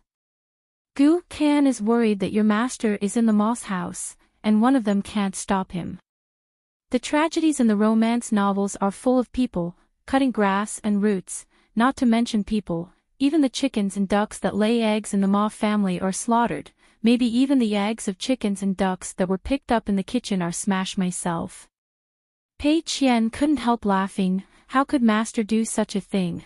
But Lu Xianyang and Gu Kan sitting here today still made Pei Qian feel at ease, so he toasted them with a bowl of wine.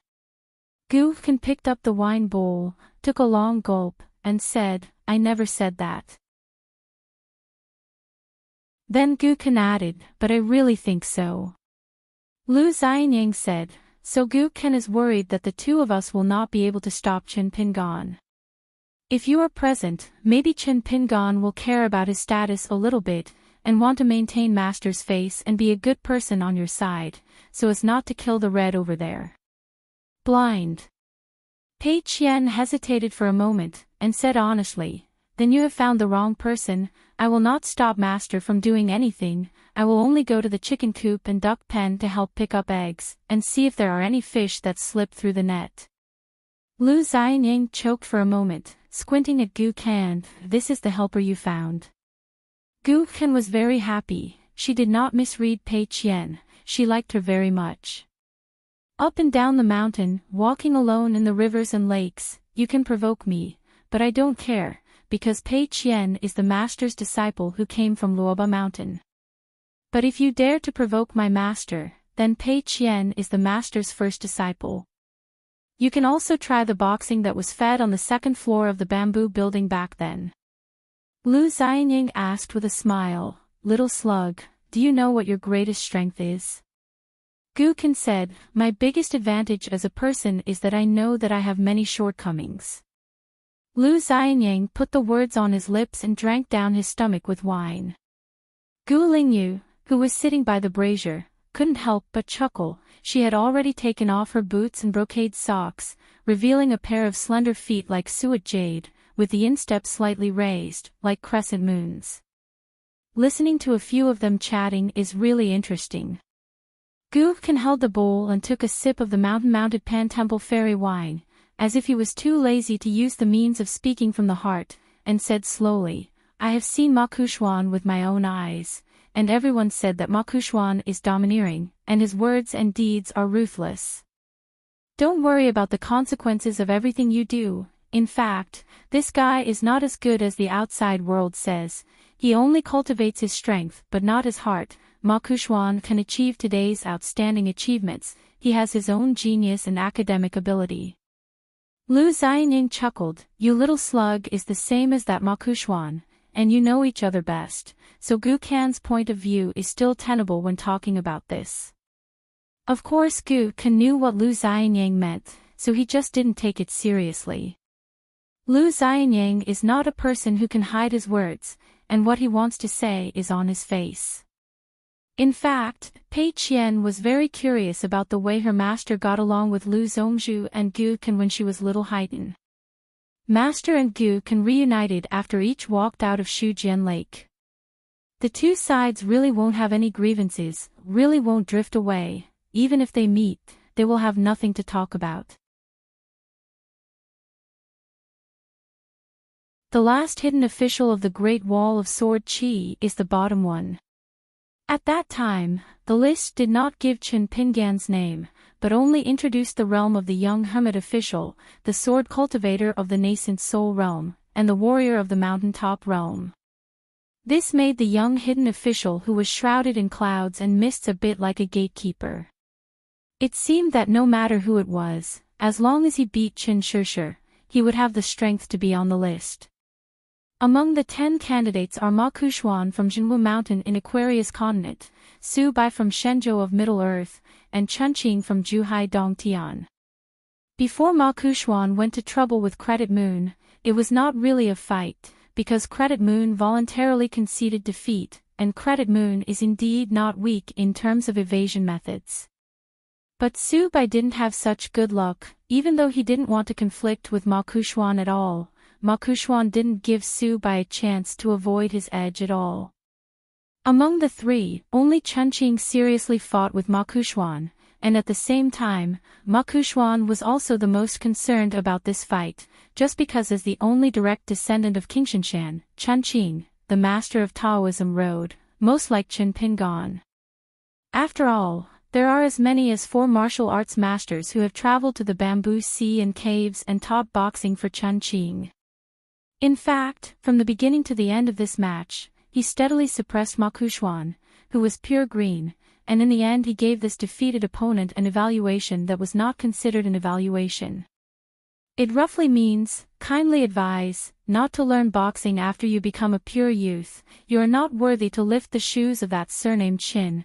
It is better to concentrate on cultivating Taoism. Song Wei's head lowered again and again after hearing those words that were really just idle talk. Because she finally confirmed the amazing identities of those 2 men. The second suzerain of Longquan Jinzong, Sword Fairy Lu Xianyang. Gu Kan in Nipping Lane of Lizhu Cave, the direct disciple of Jing Juzhong in Baidi City. They are both from the same hometown as Ma Kushuan, who was born in Xinghua Lane. Yes. Only the proud sons of heaven like them can mention Ma Kushuan with such peace of mind.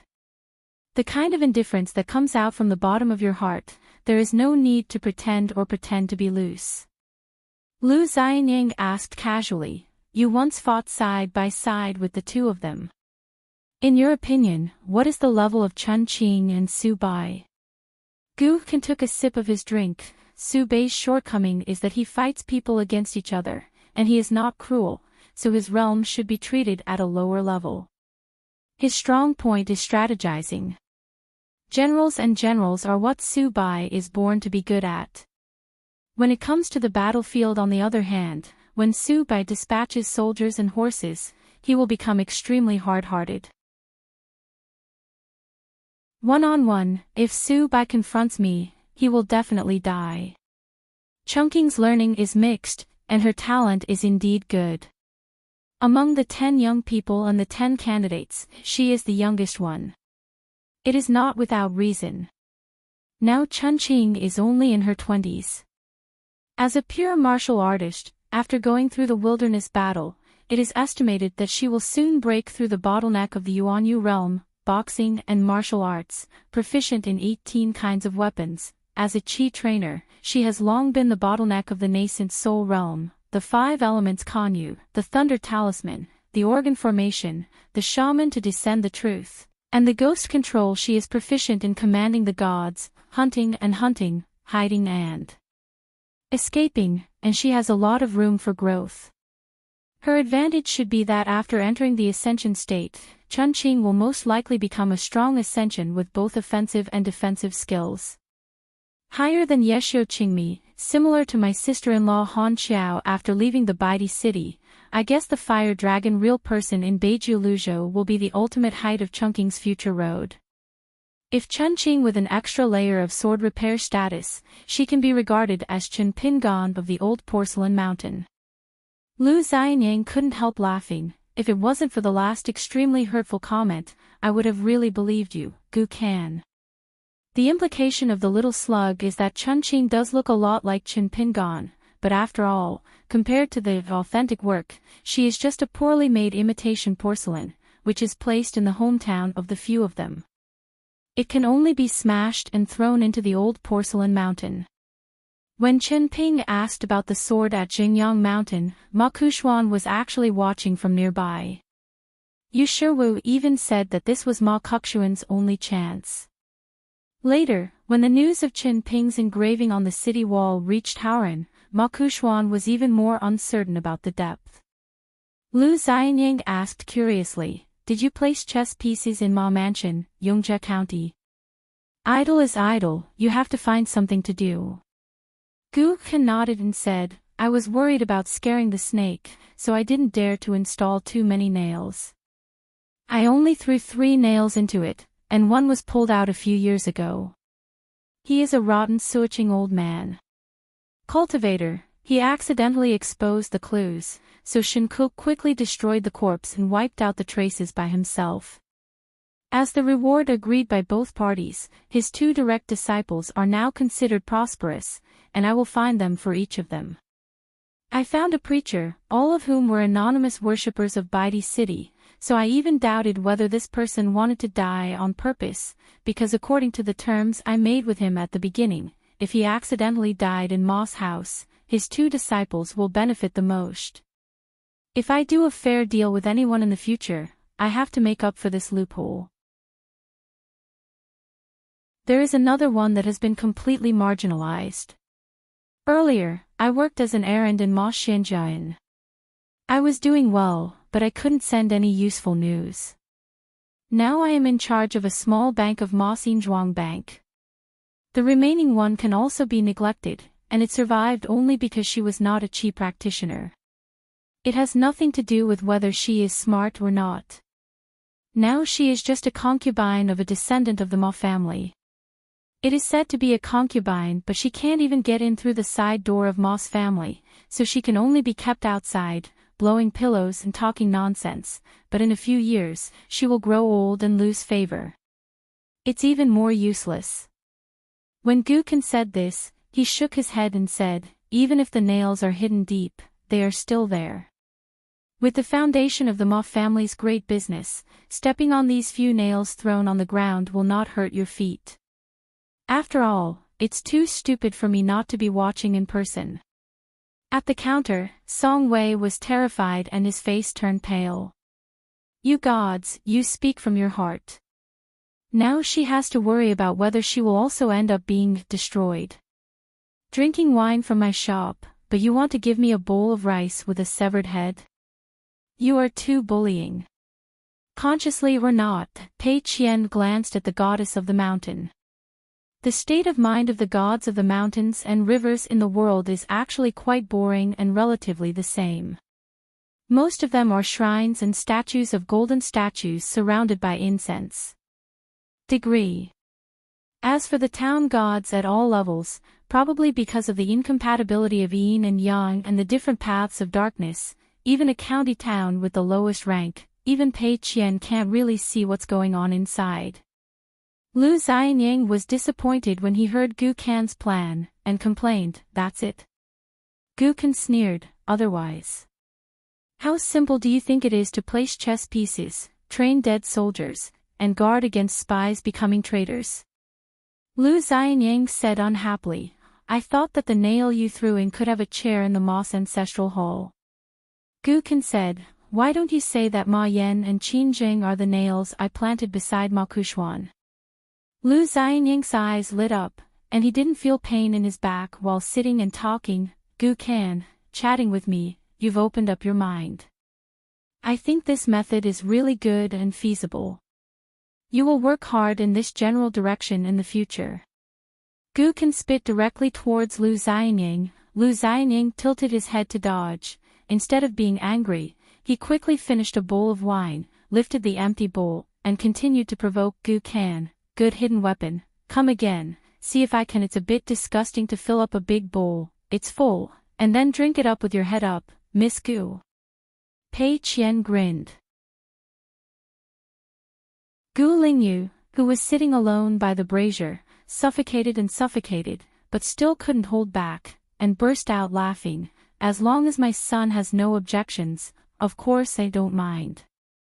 Gu Kan sarcastically said, the gang of Moss children are all sloppy wine bags and rice bags.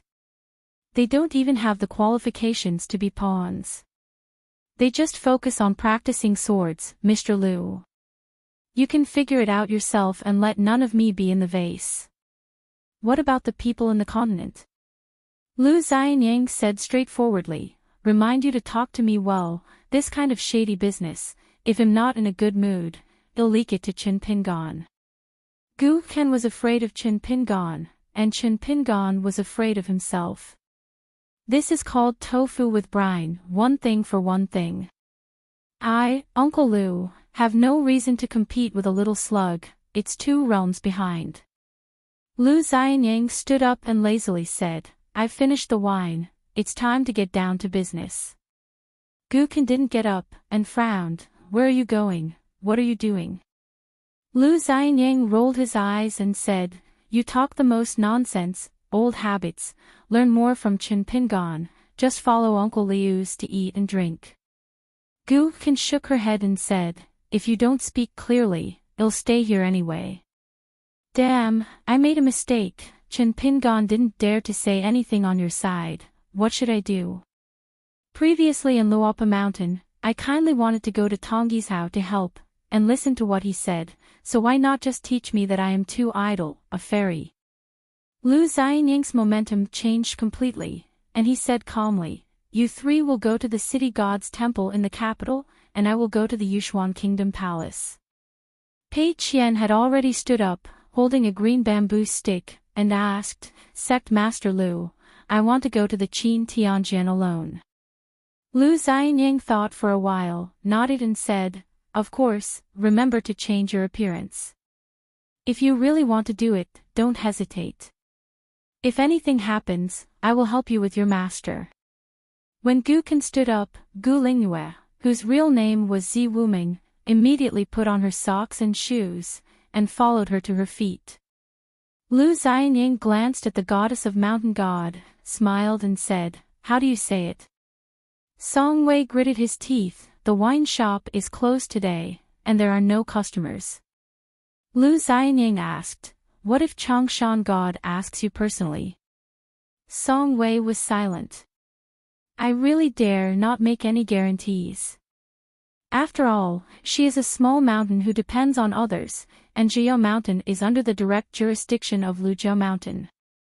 Lu Xianyang said with a smile, if this happens, then you should tell the truth. Remember to send a message to Chang Fenghan at the end, who dares to wear small shoes for you in Lujiao Mountain? A line of peaks in Yangshan. Lu Xianyang put on the hat, and didn't hurry on his way.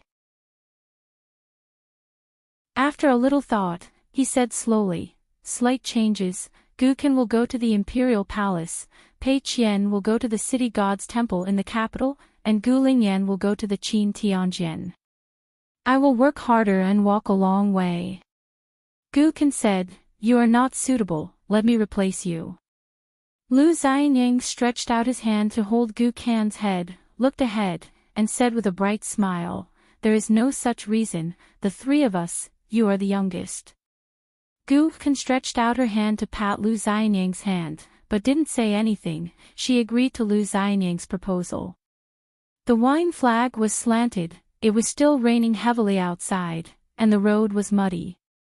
Lu Xianyang said softly, Gu Ken, my friend has a lot of problems, but I'm still a friend. But I have one thing with Chin Pingon, it's very different. I only persuade my friends once, and forget it if I don't listen. Have you always wanted to ask me, what would I do if I went to Shujian Lake first? Tell you the truth, I will persuade you to stop. If you don't listen, I will leave Shujian Lake far away and wait the news that you were beaten to death, and then help you avenge, kill the person who beat you, that's all. Gu Ken smiled and said, it's already much better than a certain answer I imagined. Lu Xianyang helped the bamboo hat, and said with a smile, little slug, there is still a long way to go. No matter how high or low the 3 of us will be in the future, you will be the youngest after all. Whether you will win or lose, it is hard to say now. I just ask you to promise one thing, don't provoke me, it's not how I will embarrass, I will not feel embarrassing at all, embarrassing, it can only be Chin Pingon. Besides, if you don't deal with Chin Pingon, I will definitely help him. I have a conflict with Chin Pingon, you must help him, but the matter is simpler, can you understand? Gu Ken nodded and said, understand and accept. Lu Xianyang put on his coir raincoat again, broke through the rain curtain, and left in the form of a rainbow. Gu Lingyu asked curiously, "Where is he going?" Gu Can put on the bamboo hat, fastened the coir raincoat, and remained silent. Pei Qian helped to give the answer, Jinwu Mountain Patriarch Hole. Gu Lingjun sighed faintly, feeling complicated. In fact, she still couldn't understand, Gu Kant, Chen Pingan, and Lu Xianyang, how could they become friends with such huge differences in personalities, and they could still be friends forever? No wonder Gu Kan said it was inappropriate. Lu Xianyang is the current suzerain of Longquan Sword Sect no matter what, and Fengshua Temple, which is half of Longquan Sword Sect's natal family, and Jinwu Mountain are also the ancestral family of Beiping's military family. Gu Kan said, "Pei Qian, you don't actually know the real Chen Pingan. I have been close to him and afraid of him since I was a child. So with Lu Xianyang, it seems that I listened to him in everything."